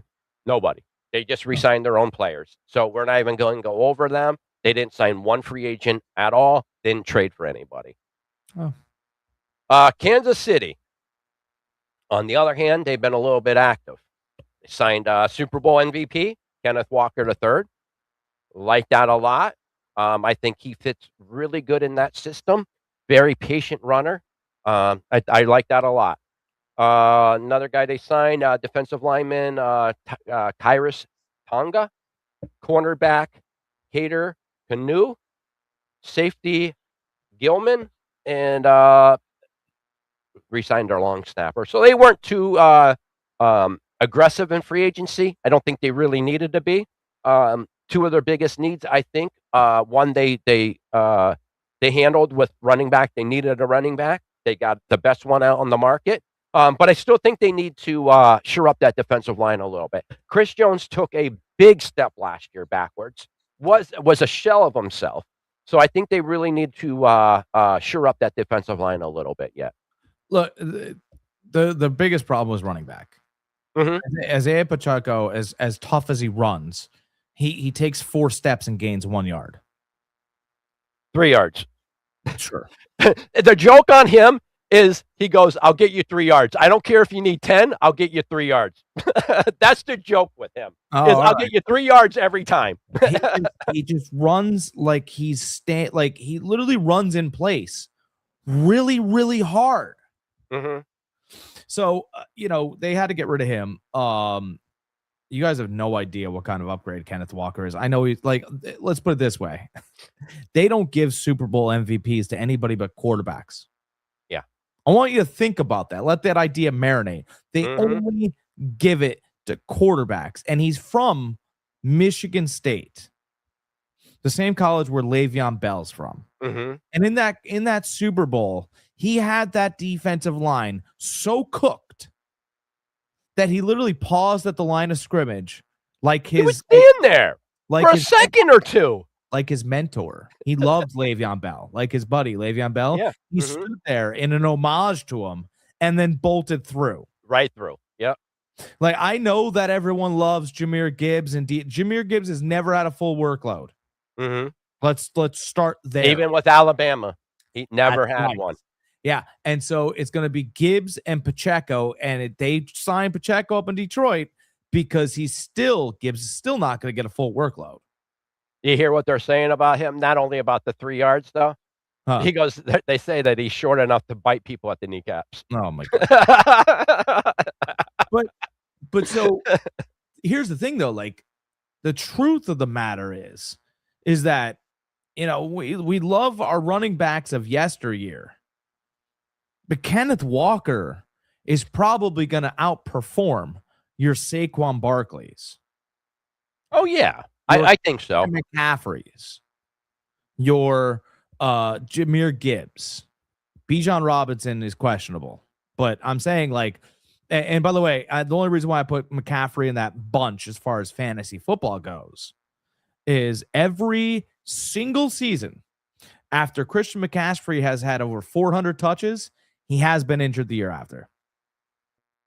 Mm-hmm. Last year, he was north of 420. Mm-hmm. Perfect. Book him for 8 games. Listen, he's at that age right now where I know he's going to miss some games. So we just need to worry about who our backup is. No, That's I know. it. Yeah. But I mean, listen, and I'm not naive enough to sit here and think that he's a full running back, because he's not. He's more of a slot receiver at this point in his career. No, so. I know, but that's why, everybody's like, wow, but Kenneth Walker, well, brother, Andy Reid, the walrus knows. Mm-hmm. That cat is good, and he handled. Yeah, no, absolutely, and pair him up with that offensive mind that Andy Reid has. Yeah. I like him. I like him a lot. Listen, I've had him multiple times, even when he was with Seattle in fantasy football. He would get me points. Even splitting time with Chardonnay. I love this as the featured back. He's finally the featured back again. I love it. Yeah, it's a huge. Next, we got the Las Vegas Raiders. Raiders went on a spending spree. They got some very good players here. Running back Connor Hayward. They got wide receiver Jalen Naylor. Center Tyler Linderbaum. Edge rusher Malcolm Kuntz. Edge rusher Kawiti Payne. Linebacker Kenobi Dean. Linebacker Kay Walker. Cornerback Taron Johnson. That was a trade with the Buffalo Bills. And Matt Gay. They signed kicker-wise. So 2 big moves there that they made. Tyler Linderbaum, best center in the league. Yep. What did Ben Johnson do when he first took over the Bears? He signed the best center that was available. Best center. Yep. That's exactly what the Raiders just did. Signed the best center. Some people said the best center in the last 10 years. So, I mean, that's a huge, huge signing there. Sneaky signing that I like. Jalen Naylor wasn't able to quite really jump into that second, third role that he kind of was drafted for in that Vikings offense. But again, who did you have throwing the ball to you? No wide receiver had a good year over there last year. Even best wide receiver, some will say in the league, Jefferson had a crappy year because of JJ. So I'd like that signing. What's that? I'm not out on JJ though. I'm not out on him yet. Let him develop, but he's not a starter right now. We'll get to the Vikings later. But I like the Jalen Naylor signing. That's a nice, quiet, under the radar signing. So the Raiders didn't sign a lot of people, but the people that they did sign were quality players, and they signed them to a larger contract, kind of than what the rest of the league wanted. Like Kay Walker signed a 3-year, $40 million deal, $28 million guaranteed. Reason why he signed that, the Raiders had to pay him not to get him over there. Solid linebacker. Not saying that. Is he worth $15 million a year? I don't know. We'll see. But again, teams that are rebuilding, teams that need those players, those quality players, sometimes they need to overpay. And that's kind of, luckily the Raiders had enough money where they were able to do that. Nobody gets excited. Nobody sits there and goes, hey, you know what? They saved the most money. Yeah, no. But anyways, like I said, the players that they did sign were very, very good pieces that they signed, and pieces that were really needed on that team. I mean, Tyler Linderbaum blocking for what's his name, running back they drafted last year? Genty. I mean, come on. How can that not be a bonus? It'll help. Absolutely. All right, next. We got the Los Angeles Chargers, my boy Jim Harbaugh. They agreed to terms on a 1-year deal with Trey Lance. Let's see here. Signed Keenan Mitchell, former running back for your Ravens. Yeah, Speedster guy. The Harbaugh brothers pass back running backs all the time. Yeah. I mean, listen, he had his injury history. But when Mitchell was on the field, he was a huge difference maker. Huge difference maker. Yeah. Fullback Alec Ingold from Miami. Tight end Charlie Canar. Offensive tackle Trevor Penning. Guard Cole Strange. Center Tyler Baez. Offensive lineman Trey Pipkins. He resigned actually. Defensive tackle Tanir Tart. Defensive lineman Davin Tomlinson, and all the rest of those are all re-signings. So they added some depth along that line, which was sorely needed after all the injuries last year. Yeah. That line was depleted. Once that line was depleted, what's his name had no time to throw the ball at all anymore. Yeah, it was a tough year. Yeah, very tough year. So I like that. I like the moves that they made. Very good moves, solid moves. Okay, that's it for our AFC. We are on to the NFC. Real quick, Dallas Cowboys. Sam Howell signed a 1-year deal. Wide receiver George Pickens was franchise tag. Center Matt Hennessy. Let's see here. Rashawn Gary was acquired in a trade with Green Bay. Very good edge rusher. Cornerback Kobe Durant, safety PJ Locke, and safety Jalen Thomason. Hold on a minute, one second. That Gary Tomlinson was re-signed. Okay, big thing here because listen, we don't really go over kickers that much, but we all know Dallas has probably the best kicker in the league, best leg in the league, best accuracy with Aubrey. Yeah. He is due for a contract, but they put a second-round tender on him and made him a $5.76 million restricted free agent tender. What that means, guys, is that if a team wants to pay him, they have to pay him more than $5.76 million. And Dallas gets first rights to up that offer. So they have first rights to say, all right, we'll give you more money than what that team just gave you. So that's all that means. So if another team signs him for more money, and the Cowboys don't want to, give him that money, they get a second-round pick for him. For a kicker, that's unreal. But do you really want to give up the best kicker for a second-round pick? I don't know if I would. No, you're set with them. So what they did a very good thing. They covered their butt, but yet they made it open to where they could re-sign them to a long-term deal. What that is basically a filler. What does the rest of the league want to pay you? We'll pay you what the rest of the league will pay you. That's all that is, guys. All right, next. That's what they did with George Pickens too. Yes.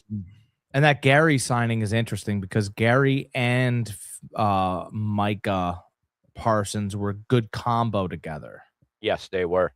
Yep. Now Dallas has taken away one of the players from Green Bay. Mm-hmm. It's a little interesting. Yeah. So I mean, basically, they got their defensive tackle and their edge rusher and 2 first-round picks for Parsons. Yeah. Really is what it came down to. All right, next we got the New York Giants. They signed, of course, Jim Harbaugh. He has to have a fullback in his system, so most teams don't even carry a fullback anymore. By the way, fullback Patrick Ricard. Signed Darnell Mooney, wide receiver. Great signing. Yes. Yep. Isaiah Likely, huge signing. Yeah. Huge signing. When he's healthy, he's one of the best tight ends, catching tight ends in the league. Let's see here. These are re-sign. All right. Tremaine Edmonds signed a 3-year deal with them. Nice linebacker. Yeah, he's a good another linebacker. No, that's a re-signing. Cornerback Greg Newsome, former Browns corner, he's a going over there. Huge signing. Darius Washington, safety. Kicker Jason Sanders and punter Jordan Stout rounds off their signings. So let's talk about Darnell Mooney. I Okay. know Isaiah Likely, obviously, he brought him over from Baltimore. People know that. Yep. Darnell Mooney coming from Atlanta. I think he was banged up a little bit last year, but the year before he was a 1,000-yard receiver, I think 8 touchdowns. Mm-hmm. I don't see a huge difference between Darnell Mooney, Romeo Doubs, and DJ Moore, besides better agents. Darnell Mooney puts up the same numbers as Doubs. How did Doubs get paid? Well, because one, Doubs is younger. Doubs has a lot more speed than Mooney does. I don't think so. Yeah. Doubs is one of the fastest wide receivers in the league. I know it. People don't say that, but he is. Well, that's good. He's an Olympian then. You know, I'm just saying. Darnell Mooney's up there in age a little bit too. You know, I mean, you have to remember the years that he was with the Bears. So if I was New England, mm-hmm. and I was looking to replace a wide receiver, but with the same type of wide receiver that was a little bit quieter, I would drop Diggs and sign Mooney. That's pretty even. That's pretty smart. And I'm not dealing with the locker room and whatever issues Diggs brings to it. I don't think you're getting $40 million more value with Doubs. It's crazy. You're not. It's just like I said, Doubs is going into a second contract as opposed to Mooney is what? I want to say 30. 31. Wait, sorry. He 28. Actually, he's 2 years younger than what I thought he was. But he's 28 as opposed to Doubs, I think, is 24, 25 years old. He's just got a bad agent. Yeah. Listen, I like the Doubs signing. I'm not saying I don't. I don't mind the Mooney signing. We'll see what he can do. He had a nice year with the Falcons with 2 different quarterbacks throwing the ball. So we'll see. The big signing I like, the 2 big signings that I really like on this team is the Isaiah Likely and the Greg Newsome. I think those are 2 of the best signings they possibly could ask for. Those are great signings, but if you put I don't know when Neighbors comes back, right? Let's say he's fine, he comes back early and all that other stuff, right? Mm-hmm. You have literally a wide receiver on the opposite side of him that could give you 1,200 yards and 9 touchdowns. Mm-hmm. That's Darnell Mooney, because there's going to be a lot of people looking Likely's way and Neighbors' way, and Jackson Dart's literally going to look to his left, throw the ball, and this dude ran a great route all the time. 10 yards. And say what you want about Shepard. I mean, but the guy sticks around. Yeah. You know? I mean, the other wide receiver, the guy's always around. You know, the guy seems to catch balls every single year. Nobody talks about him, but he does. Yeah. So, you know? I think it's so under the radar. I think everybody paid a lot of extra money for Doubs and DJ Moore. I saw Darnell Mooney get signed the other day, and I'm like, what are you guys doing? You're just letting the Giants have all this talent. I think the Giants, I'll go on record right now, I think the Giants are going to win the division. I think they're more talented. I think we said that was a strong possibility when Harbaugh was hired. I think we both. I wanted to see what he was going to do. I wanted to see, how things were going to work out. I didn't love just that he was hired and having a lot of the general manager say and all that other stuff. I wanted to see how that dynamic was going to work, but it seems to be working. Mm-hmm. Yeah, he's bringing in his character guys, his type of guys. I just want to hit the pause button, and now all of a sudden, I don't need to do it anymore because the guys that are coming in are real good. Mm-hmm. All right, next we got the Philadelphia Eagles. They didn't do much. Let me see here. They signed tight end Johnny Mundit. Big signing by them was by their own guy, Jordan Davis. Huge deal, $78 million contract extension. Linebacker Arnold Abuki. Jonathan Jones, cornerback, another good cornerback from Super Bowl winning Seattle Seahawks. Tyreek Wolden, which he is a thing I got to say about him. Listen, he's a really, really good cornerback when his head is in it. When his head isn't in it, like 2 years ago, a guy like a Witherspoon, and I forget who their other corner is over there in Seattle, dethrones you from your starting job. and moves you down to a nickel. And he was a great nickel last year for them, Wooden was. Yeah. But he has had lapse in his career. So if the Eagles are, which they have a good um, system, a good what's the word I'm looking for? A good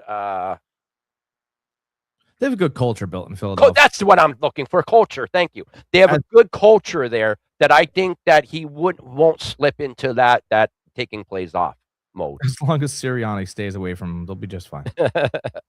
All right, next we got the Washington Commanders. We got running back Jerome Ford, running back Rashard White.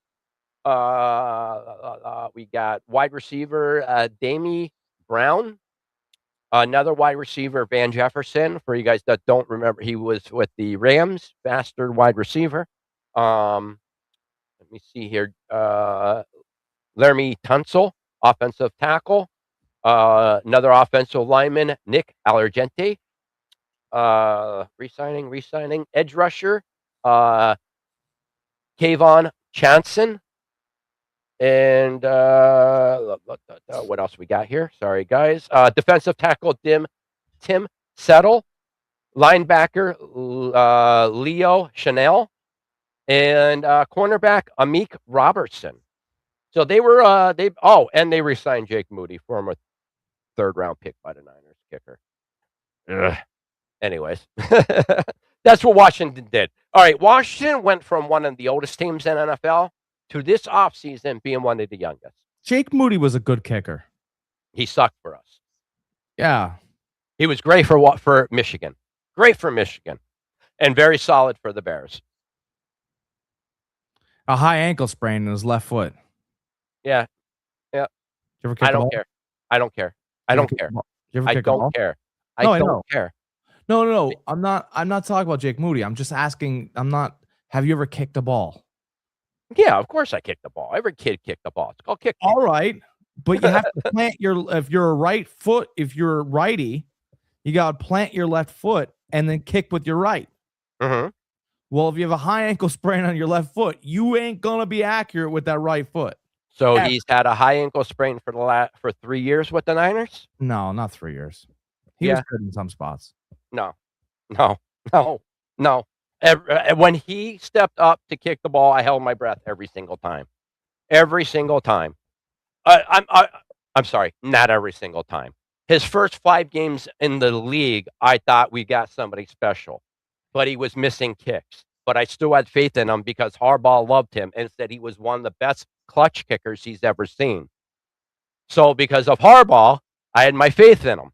But then I seen how well he kicked for us, and he was horrible. He was horrible for us. Was he better last year for the Bears? Absolutely, he was better. But for the 2 or 3 years that he kicked for the 49ers, he was horrible.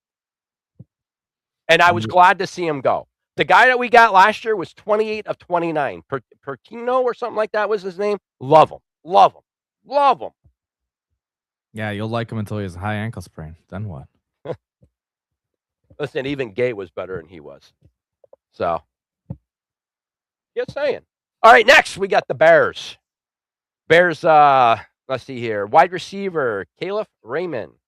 Offensive lineman, Jarek Willis.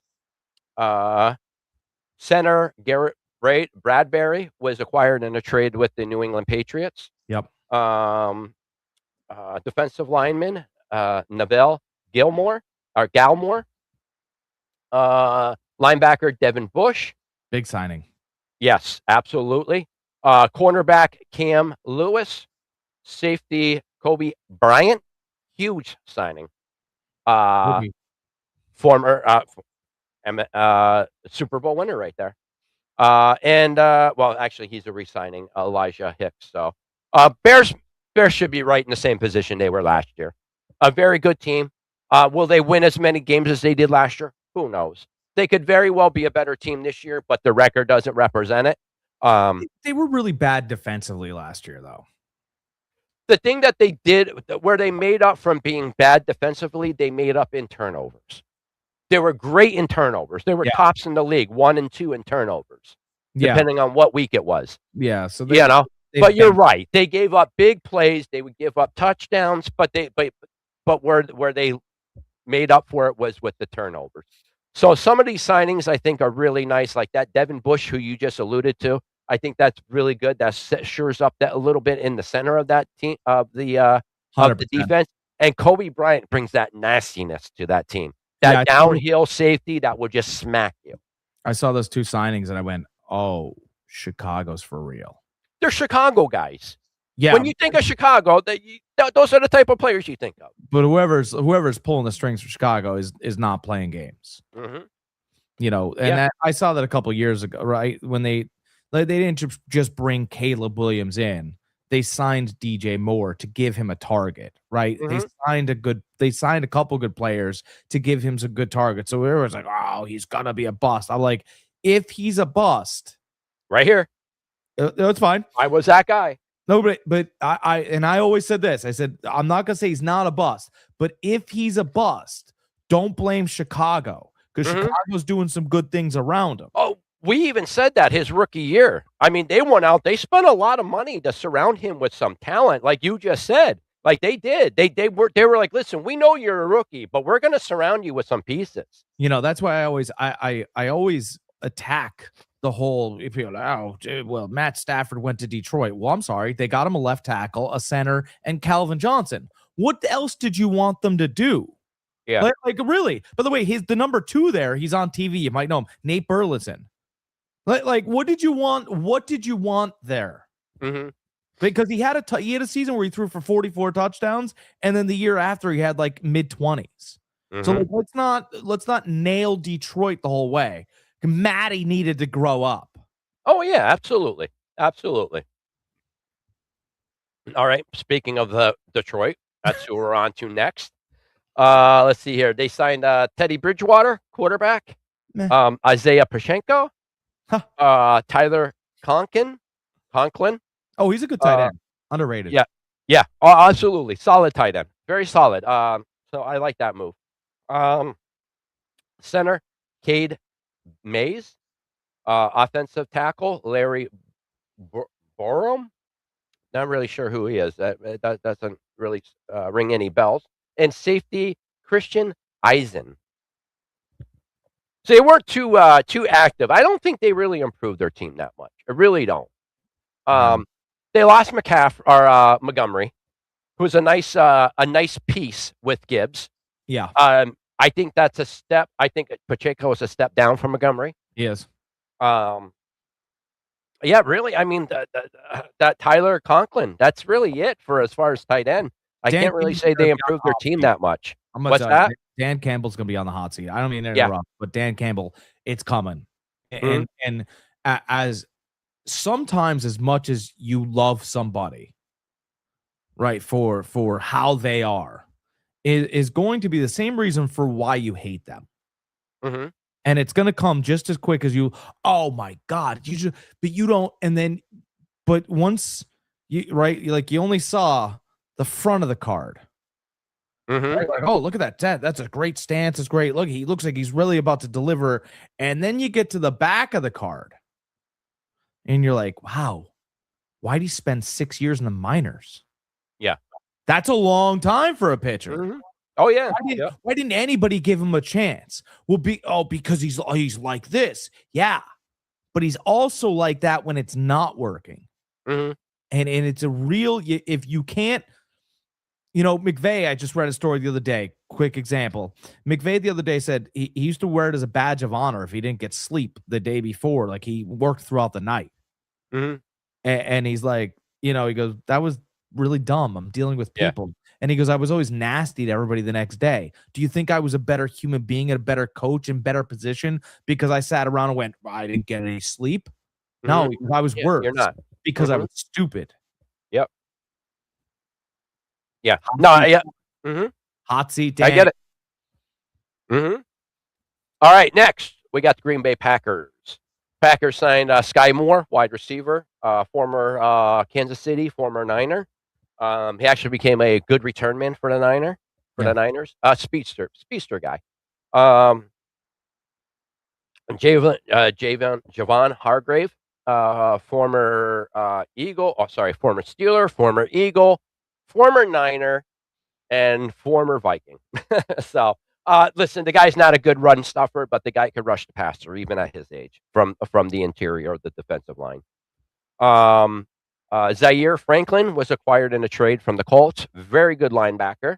Yeah. And Benjamin St. Just was signed. I'm not sure who he is. That name doesn't sound familiar to me, but another corner. They released Hobbs, their corner that they signed last year. That was their big money cornerback last year. They released him. We'll get to that in a little bit because the Niners signed him. So I'm pretty sure that's what that Benjamin is going to replace him. Okay. Yeah. I mean, I no crazy moves. We'll see what happens. The biggest move, I think, the two big moves, Javon Hargrave, to replace Gay, I think, in there, or the other guy who they got last year. Who was that? Williams? Is that who it was they got last year? They had to move on from Gary, right? And Yeah. then and so they brought in Hargrave, and Yeah. they brought in Sky Moore, thinking that they're going to get the same production from him as they will Romeo Dobbs. And as long as And they're not. They're not, because Dobbs led the. Or sorry, he was second in the league because Juwan Jennings was number 1 in the league as far as third down reception. if He was number LaFleur 2. does a good job drawing up the plays, Mhm. I think that if he can get end arounds or pitches or screenplays to Sky Moore, I think he does add a little bit of value there. Mhm. Maybe if you get him comfortable, then he could turn into 600-700 yards. Yeah, we'll see. We'll see what he can do. I was kind of shocked that the Niners didn't re-sign him. I thought we could have got him for a fairly cheap deal. Yeah. But they have other ideas, I guess. Next, we got the Minnesota Vikings. Signed Kyler Murray, of course, to a 1-year deal. What are they doing? James Pierre, corner.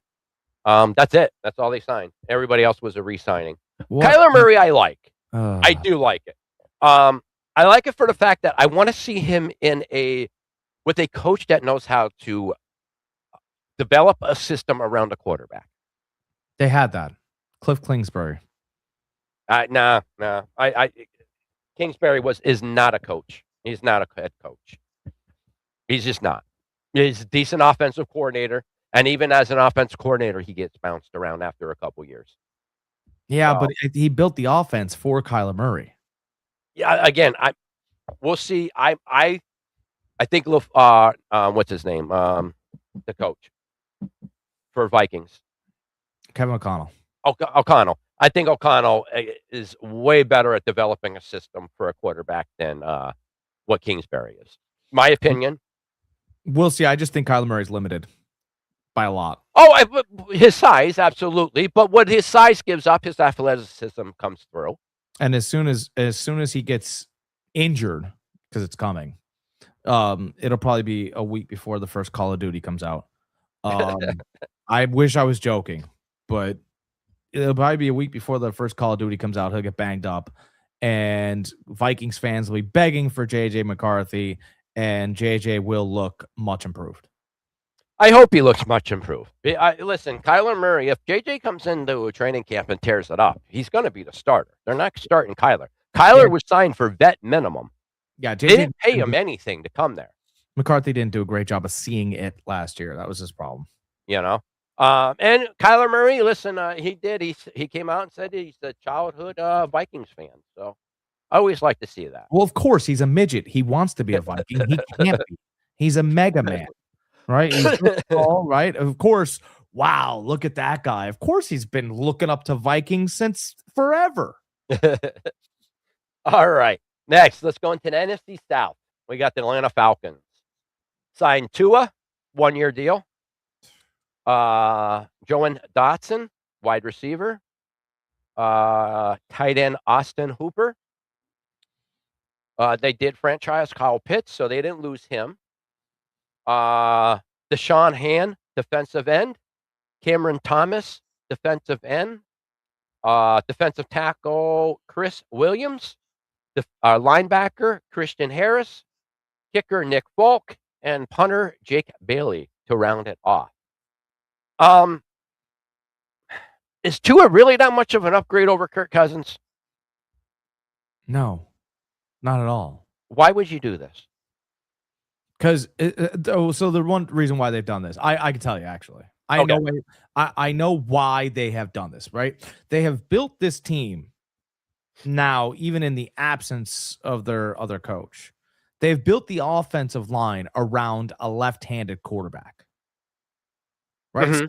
So your strength isn't your left tackle. Your Your strength right is tackle. right tackle. Yeah. Right. So if I put Kirk Cousins in there, even though he'll get me wins and he'll be able to direct and still do all the things that Kirk Cousins can, I'm showing him the weakness. Mhm. Right. So he's going to be crushed on the blind side. His blind side is the weakness. So he's always at a disadvantage. Mhm. If I bring in another left-handed quarterback, it's a left-handed quarterback room essentially working into my strength. That's why they did it. That's the only reason why they did it. Oh, do you think Tua gets another chance? No. That's not why they did it. They didn't do it because Tua's good.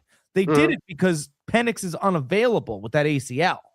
So they're going to need a bridge quarterback for a minute for 5 or 6 weeks. And hopefully Tua can go 2-3 and somehow, muster, but he's not going to because Atlanta has no speed. And Tua's only been good throwing to speed. So enjoy your meal. Yeah. Yeah. Hey guys, we put meat on the plate. Yeah, from where? Mhm. From what animal? From I do like the Austin Hopper signing, tight end. That's nice to pair with Pitts, especially if you can come out in your base formation. Running back, 2 tight ends, 2 wide receivers. If you have people that could do, if you have people that could do multiple things, catch the ball and block, that makes it really harder to defend. So I do like that move. But Tua for the first time ever. Tua had to throw it in anticipation and had to throw some guys open last year because he's only been in the NFL throwing 2 speed. That's why Miami was bad. McDaniels thought that if he could make his job easier, he could start anticipating and then kind of collectively build that throughout the rest of his career and on his own. And he never did. And Atlanta has height, no speed. Exactly. A lot of height. Yep. He's dead. He's dead. So, yeah, I don't like the signing, but I'm always a Tua fan just because of what he did for us at Alabama. So I wish the best to him. That's what their plan is. Their plan is to have a quarterback room that's both left-handed, so it plays their offensive line strength. And it makes sense. I've always said that. I know a while ago, I think maybe last offseason we were speaking, and I forget who it was. Somebody signed somebody, and I'm like, well, that makes no sense to me. Why wouldn't you sign a similar quarterback? It's 2 different style quarterbacks.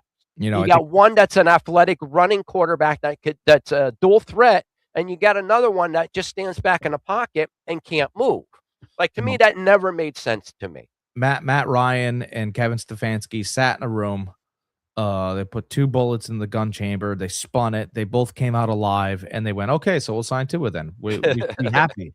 We should be happy. We have our lives. That's all right. What happened here.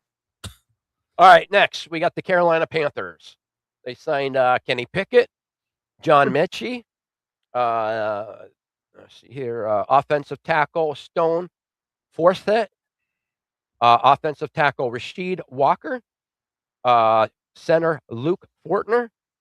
Edge rusher Jalen Phillips from former Dolphins. Went over to the Eagles on a trade last year. Now he's with the Carolina Panthers. Very good edge rusher when he's healthy. Linebacker Devin Lloyd. Nice linebacker here. Isaiah Simmons. Let's see here. Safety Nick Scott rounds off who they signed. All right. Let me first start off with a guy that I've always liked and a guy that I have been pulling for ever since he was drafted by the Saints. I believe in the 4th or 5th round, if I remember correctly, and that's John Mechie III. Former Alabama player, diagnosed with leukemia, I believe. Yep. Rough start. But let me tell you, before he was diagnosed with that with Alabama, he was a first round talent. Guy was phenomenal with Alabama. I am pulling for this guy. I want this guy so bad to be good. I can hope the best for him. I think he's a nice, solid wide receiver. If he can even recap a little bit of what he once was, they're getting a really good wide receiver there to pair with their former first round pick from last year. What the heck was his name? Wide receiver. Had a hell of a year. Oh, Tet McMillan. That's it, McMillan. Thank you. I think that's a nice nice signing right there. Yeah, Mechie to me is he's a little bit smaller, but he's in the Mooney build. Yes. He's in the Johan Dotson area. Nice hands. You know, he's a good player. Yeah. Maybe New England should have made the phone call. Yeah. Listen, I can't. The Romeo Dobbs, like that's what they're going to be screaming up in New England. Romeo, see, I like that signing by them. Wherefore art thou, Romeo? By the way, in Shakespearean terms, that means where are you, Romeo? Guys, listen, for you guys that don't know the story of John Mechie, I highly recommend just quick YouTube him. It's a tremendous story. I mean, if a guy battling through what he battled through, to still be in the NFL and to try to chase his dream, please look him up. Very inspirational. Very inspirational. All right, next we're moving on to New Orleans Saints. Nice signing here, Travis Etienne. Like that. Like it a lot. I think it's interesting he picked them. I do too. Another nice signing here, Noah Fant. I know he's a bit older, tight end. So it's offensive guard. And ATN? What's that? We'll gloss over this. It's Kamara and ATN? Yeah. Huh. Yeah. Yep. I like it because ETN is a faster Kamara. Smaller, faster Kamara. Yeah, but do exactly the same thing he does. Catch the ball out of the backfield, make people miss. I wonder if Kamara's going to stay. He's old. He's up there in age. He only has a couple years. I think this is a nice signing for them for the next 4 years. But he's crazy. Yeah. All right. Next, we got offensive guard David Edwards. Those are linebacker Keenan Ellis. Safety. That's a re-signing. Julian Blackman is a re-signing by them, and punter Ryan Wright they signed. So I like the Noah Fant and the ETN signing. Listen, they got lucky with our boy Shu over there. Maybe. Listen, everybody in the draft said, listen, this is a good quarterback. He's older and he's had injury problems. Every year he's been in college, he's had ACLs. This happened to him. He was a 5 or 6 year player in college. Crazy. Yeah. But, he seems to be doing very well and embraced his opportunity with the Saints. So it's exciting to see what they could do over there. They're never in a rebuilding mode over there. They're always trying to retool over there. So we'll see what happens. Next, we got your Tampa Bay Buccaneers. Jake Browning as a backup, I'm guessing, corner over there because he ain't starting over Baker. Yeah. All right. This is a nice signing I like is Kenneth Gainwell, running back. Guy can catch the ball out of the back. One of the best receiving backs in the league. You said earlier, you lost Rachaad White. Mm-hmm. But Rachaad White's he runs standing up. Yeah, he's a big. He's a high runner. He's a target, is what he is. I mean, people drive him into the ground. He runs like he's still got the baton in his hand. I mean, which is fine, but not for where you're at. Kenneth Gainwell's a little grittier. He can duck a little bit better. He's a tougher version of Bucky Irving. Mm-hmm. And I think if Bucky's not on the field all the time, Kenneth Gainwell has proven that he's a number one. I think he was good in Philadelphia, borderline great in Pittsburgh. Some of the catches he was making there would make wide receivers' jaws drop. and when he was in college, he was a wide receiver / running back. One of the Mhm, first guys that had that what do you want to call it? Leeway. mhm. So To be honest with you, I am very surprised the 49ers didn't go after him because he is the exact same thing what Christian McCaffrey was for us this past year. Just catch the ball for us. We don't need you to really to run anymore. We'll mix in some runs because we need to run. We can't run the ball, but we're going to mix them in. But basically, you're going to be a slot receiver, and yeah, that's basically what I thought. He would have been perfect to pair with Christian. he would. But anyways, I like the signing by Tampa Bay. I really do. Let's see here. Cole Keefe, tight end. They re-signed Otten, their tight end. Okay. Edge rusher, Muhammad. Defensive lineman, Ashawn Robinson.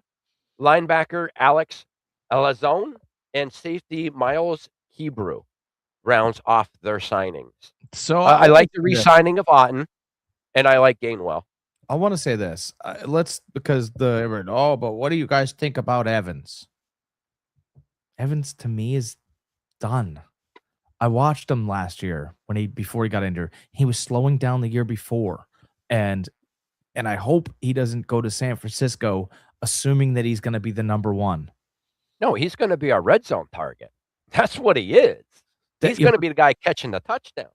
Yeah, $20 million for a guy that's going to be on the field for the red zone. 16 mil, actually. That's what he's guaranteed this year. 16. Way too expensive to me. No. Why? No, wide receivers are going for like 30 million now. I get it, but I don't think he's gonna. I think he's got 8 games in him. We'll see. I'm happy with the signing. We'll get to the Niners here in a minute. He's a big target that gets lit up now. What's that? Mike Evans is a big target that gets lit up now. Yeah, we'll see. To me, he reminds me of an old hockey player. Okay, you used to be able to fight and fend people off because you're the biggest, but now when you slow down a little bit and you got younger cats in behind you, man, you're gonna get dropped because you're the biggest. He could still get those 50-50 balls though. When Gronkowski got a little bit older, you were like, God, Rob, get down, bang. People started delivering to him a lot more. We'll see. I love the signing, but we'll get to that here in a minute. Back to Tampa Bay. Anything here that you think they should have done, or I mean, you're down there, so you know Tampa Bay better than us people up here north. You're right in the mix.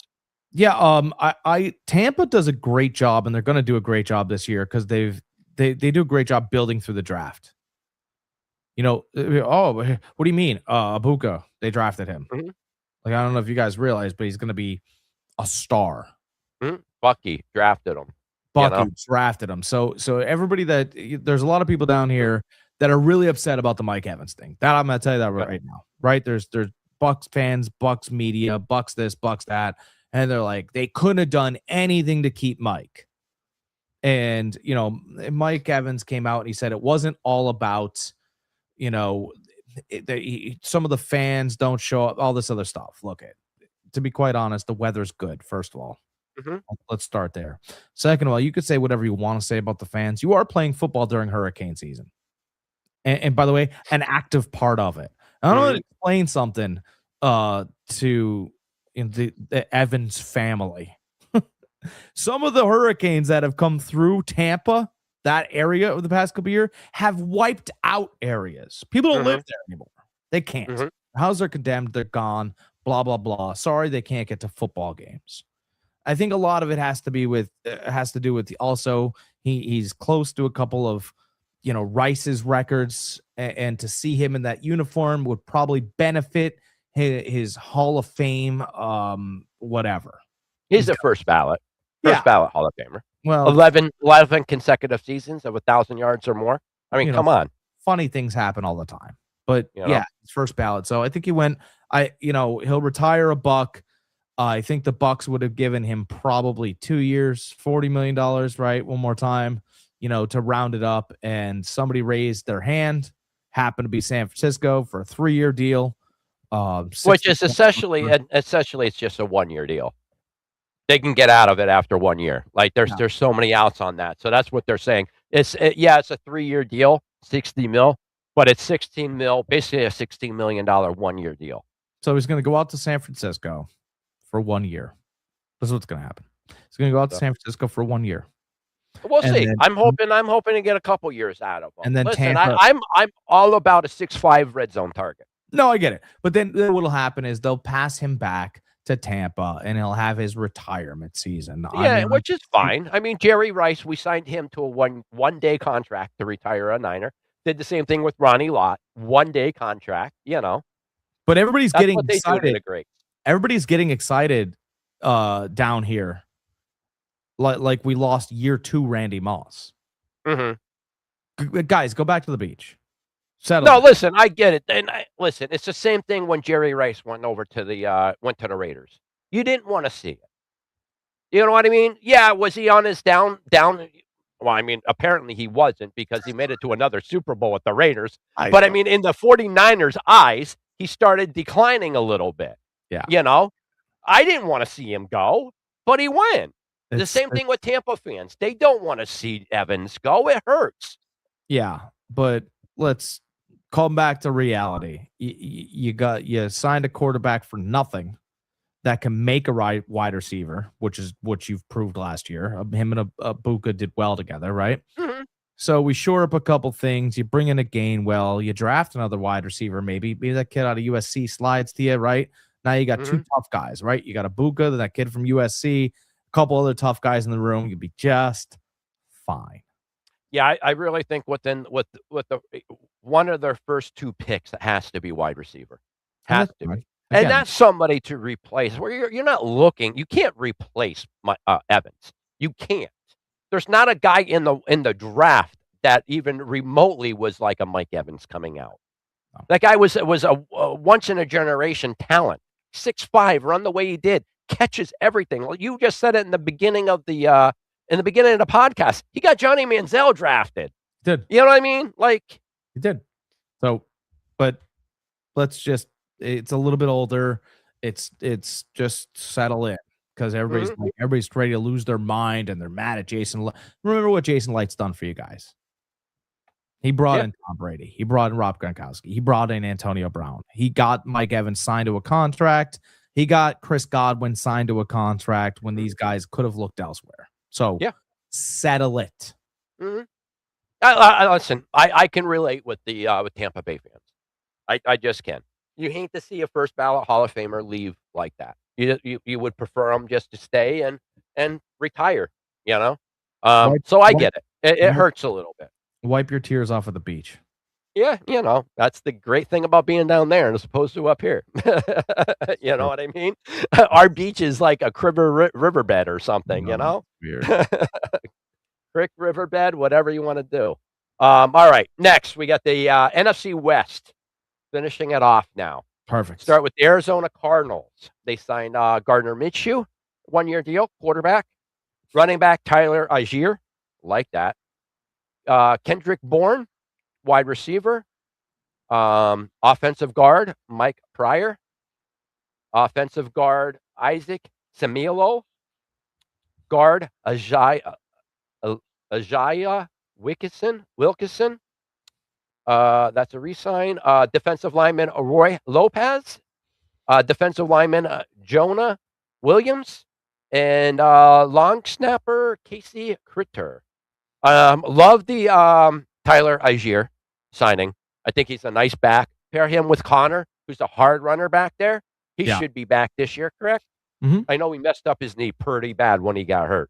Really bad. Yeah, we'll see. Yeah, we'll see. But Tyler Algier, I mean, listen, he would say what you want. I mean, the only reason why he wasn't getting as many carries as they should is because you had a once in a generation talent like Bijan Robinson back there running the ball. He's a good kid, and he's a West Coast Boise State kid. So, being over in Arizona, that's kind of where he's from anyway. So, yeah, I like the signing. Sneaky signing. I like Kendrick Bourne. He's a little bit up there in age, but he's a nice, solid wide receiver. Listen, he did when he came over from the 49ers, from the Patriots. He did very, very well. The only reason why he didn't continue doing well with us is because Jennings came back healthy, who he took over for when Jennings was hurt, and the 49ers were force feeding Jennings, so Jennings made his incentives. So he got his bonuses. Now Arizona just needs to offer their first round pick to San Francisco for Mac Jones. That's it. That's it. That would no, but that would work. No, you're right. You're right. I bet the Niners are going to get a first round pick. You don't have a quarterback, so yeah. Every move that you just talked about, none of it matters. You don't have a guy that could deliver a ball, read a defense. Jacoby Brissett, I guess. Like none of it matters though. Oh, we brought in Gardner Minshew. That's great. For all of you guys that are like, Jack, you're crazy. Why would they give up a first round pick? Just to let you know, that's what the Niners want for him. Niners don't want to move off of him for less than a first round pick. For all you guys that are saying, well, the third round pick will get him. No, third round pick won't get him, for the fact that if he leaves as a free agent next year, we automatically get a third round comp for him. So a third round pick is not going to cut it. Some are saying a high second round pick would get him, but I'm with Jack. The 49ers already came out and said, listen, we're not moving off of Mac Jones for less than a first round pick. You want him? Come with us at a first round pick. And for some of you guys that say he's crazy, he went 5-3 with the 49ers with all his weapons hurt. Yeah, Arizona. All right, he was a top 10. He's a top 10 quarterback in stats. Even only starting 8 games in the season, he's still a top 10 quarterback in stats. Go look it up. Arizona. Not my opinion. Look up the stats. Arizona should pay up, bring Mac Jones over, and that'd be an interesting little rivalry because Mac Jones not only thinks he's good, he's played at a high level now. Yeah. I'm with you on that. Next, we got the Los Angeles Rams. They didn't do much. They did acquire Trent McDuffie, which they really needed. That was their biggest weakness last year, was their corners. Yeah. We talked about it during the season. Their front seven, deadly, can get after the quarterback, but you can't do anything if you can get it right over to them and get it to the wide receivers. They couldn't stop anybody. They remind me of Washington 2 years ago. Yeah, just right over top. So that's a really nice signing. Another guy they got, another corner, Jalen Watson. Safety, Carmen Curl. And long snapper, Joe Cardona. Joe Cardona. I like, also one of their re-signings was David Queensberry. Love him. Offensive tackle. Good thing. Trent McDuffie, one of the best corners in the league. Top 5 corner in the league. Some would even argue one or two in the league. I think top 5. He's going to help them tremendously. He's going to follow that number 1 no matter where he's at on the field, whether it's right, left, in the slot. He's going to be the guy that follows that number 1 wide receiver. So I like that. I like that a lot. Yeah. All right. Here. And finally, you know what? No, we're going to do the Super Bowl champions first, and then we'll end up with my Niners. That's fine. All right, Seattle. We all know they lost their Super Bowl MVP, Walker. Signed running back Emmanuel Wilson. Re-signed Rashad Shaheed. I know we haven't been going over re-signings, but that's a big re-signing by them. That he was tremendous on special teams for them, especially in the playoffs. Let's see here. And safety Rodney Thompson is the only signings that they had. So they lost their whole defense. They lost What's that? They lost a lot of their defense, right? They lost 3 people on their defense, 3 starters on defense. They lost the safety, they lost the nickel corner. Oh, wait a minute. No, they lost 4. Yeah. Yeah, they lost 4. 4 Myers. Yeah. 4 players on defense and your Super Bowl MVP. Yeah. And their team is for sale. Yeah. And they have a lot of money to spend in free agency, and they didn't spend none of it. They will not be back to the playoffs next year. Go ahead. Yeah. I'm fine with that. I'm just telling. For everyone that's wondering, the Super Bowl that we saw from last year, we won't see either team in the playoffs. Mm-hmm. Okay. Well, you already said that about the Patriots, so all right. Okay.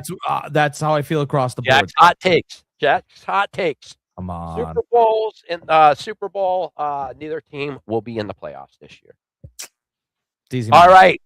Finishing up with my San Francisco 49ers. And all you guys that want to know more about what they did, what they are expecting to do and stuff like that. Remember, check out my article over on Fantasy Farm Sports. I go into great detail on all these signings and what I expect us to do in the future.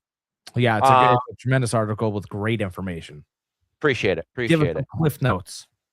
And listen, comments too, guys. I want to see the comments. I want to know what you guys are thinking. All right, let's get at it. We got Mike Evans, wide receiver. We got offensive tackle, Vernon Lowe. Offensive tackle, Brett Toth. Defensive lineman, Kali Davis. Defensive lineman, we made a trade with Dallas Cowboys. Osa. I ain't pronouncing his last name, so you guys deal with it. Because you know what's funny is half the people on ESPN couldn't pronounce his last name either. It's pronounced. They were just calling him Osa. It's What's pronounced that? correct. It's pronounced correctly in the article. Yes, that's all you need to know. Another guy, we brought back Dre Greenlaw. Brought him back after a 1-year stint with Denver. He was coming back on an Achilles injury. We talked about how players come back on Achilles. They don't look the same after that first year back. This is the second year coming back, so back from it. So I'm really happy he's back in the fold. Pair him up with our middle linebacker, oh boy, one of the best linebacker duos in the league again. Yeah, Fred Warner. Yep. Guy I alluded to earlier with Green Bay. They released their big signing last year, Nate Hobbs, cornerback. We signed him. And a punter. I didn't put this in last night when the article was released because about an hour before I went to bed, I found out we signed another guy. So our what's his name? Morstead, our punter, is supposedly retiring. Okay. He's been around in the league forever. He actually was on the Saints team when they won the Super Bowl. He made the onside kick. For all of you guys that remember that Super Bowl, Saints and Colts. Anyways, he's retiring. So we signed Corliss Waitman from the Steelers. He was ranked pretty much 5th in every category, punting. So he's one of the top punters. You guys heard enough about Mike Evans. But we've talked about him enough several times on this podcast just right now. So we'll skim over that. You guys all know what I think he's going to be. Vernon Lowe, great depth piece. We don't know what's going on with Trent Williams right now, guys. He wants more money. He thinks his $35 million that he's going to make this year isn't enough. So he wants more money. We don't know what we're doing with him yet. We're hoping he's just going to cave. There's been talks we're going to trade him for a pick, a mid-round pick. Who knows? I don't know. This is a depth piece. This is an insurance policy. Is he a starter? No, but he is a nice swing tackle, a nice backup. This Brett Troth that we signed, he could play guard or center. He's been with the Eagles, been solid player. Could play either 3 positions, right guard, left guard, or center. He's done all 3 for the Eagles. So very solid signing. Right. Defensive tackle, Osa. Killer guy in the center. Not a good 3-4 defensive guy, which the Dallas was running last year a lot of. So he wasn't a big thing. He only had 3.5 sacks last year. But in a 4-3, he's deadly in that pass rushing mode. Okay. Dre Greenlaw, excellent signing. When he's healthy, he's one of the best linebackers in the league. I put in my article, the Sports Illustrated came out and said he is the dog of a defense that he's on. He's that dog. Yeah, he's that nastiness. Nate Hobbs, great big slot corner. Kind of a interesting signing, I thought, for us too, because Stout, he was a rookie last year, undersized corner, slot corner.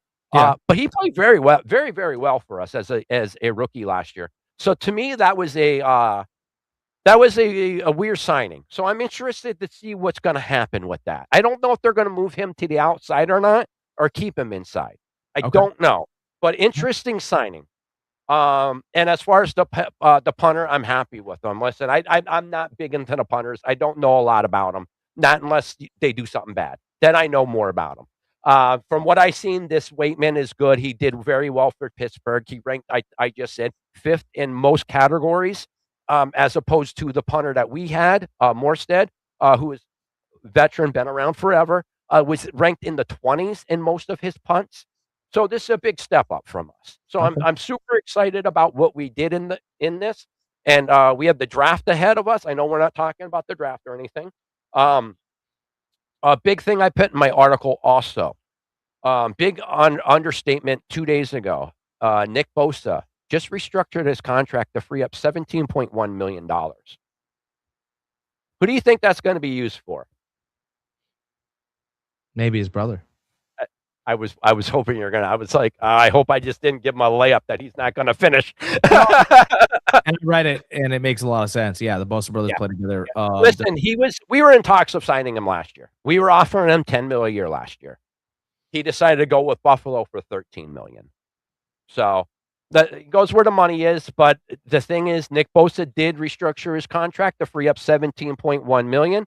I strongly believe, and a lot of other people, Bay Area writers, are saying that they strongly believe this is going to be for Joey Bosa to bring Nick's brother in, Joey. Yeah, it makes sense, and it's a real good story, and they'll probably both perform well, in probably a last hurrah for Joey Bosa. Absolutely, and listen, Nick was so giddy last year for about 5 minutes when they were talking about possibly playing with his brother. Because the last time he played with his brother was in high school. Oh. They overlapped briefly in college, but not enough to where they were going to play together. Nick was a freshman, and Joey was I think a junior. He came out his junior year, I believe. Okay. So like they weren't on the field together except for in high school. So he got very, very giddy last year about possibly pairing up with his brother and being on the field at the same time.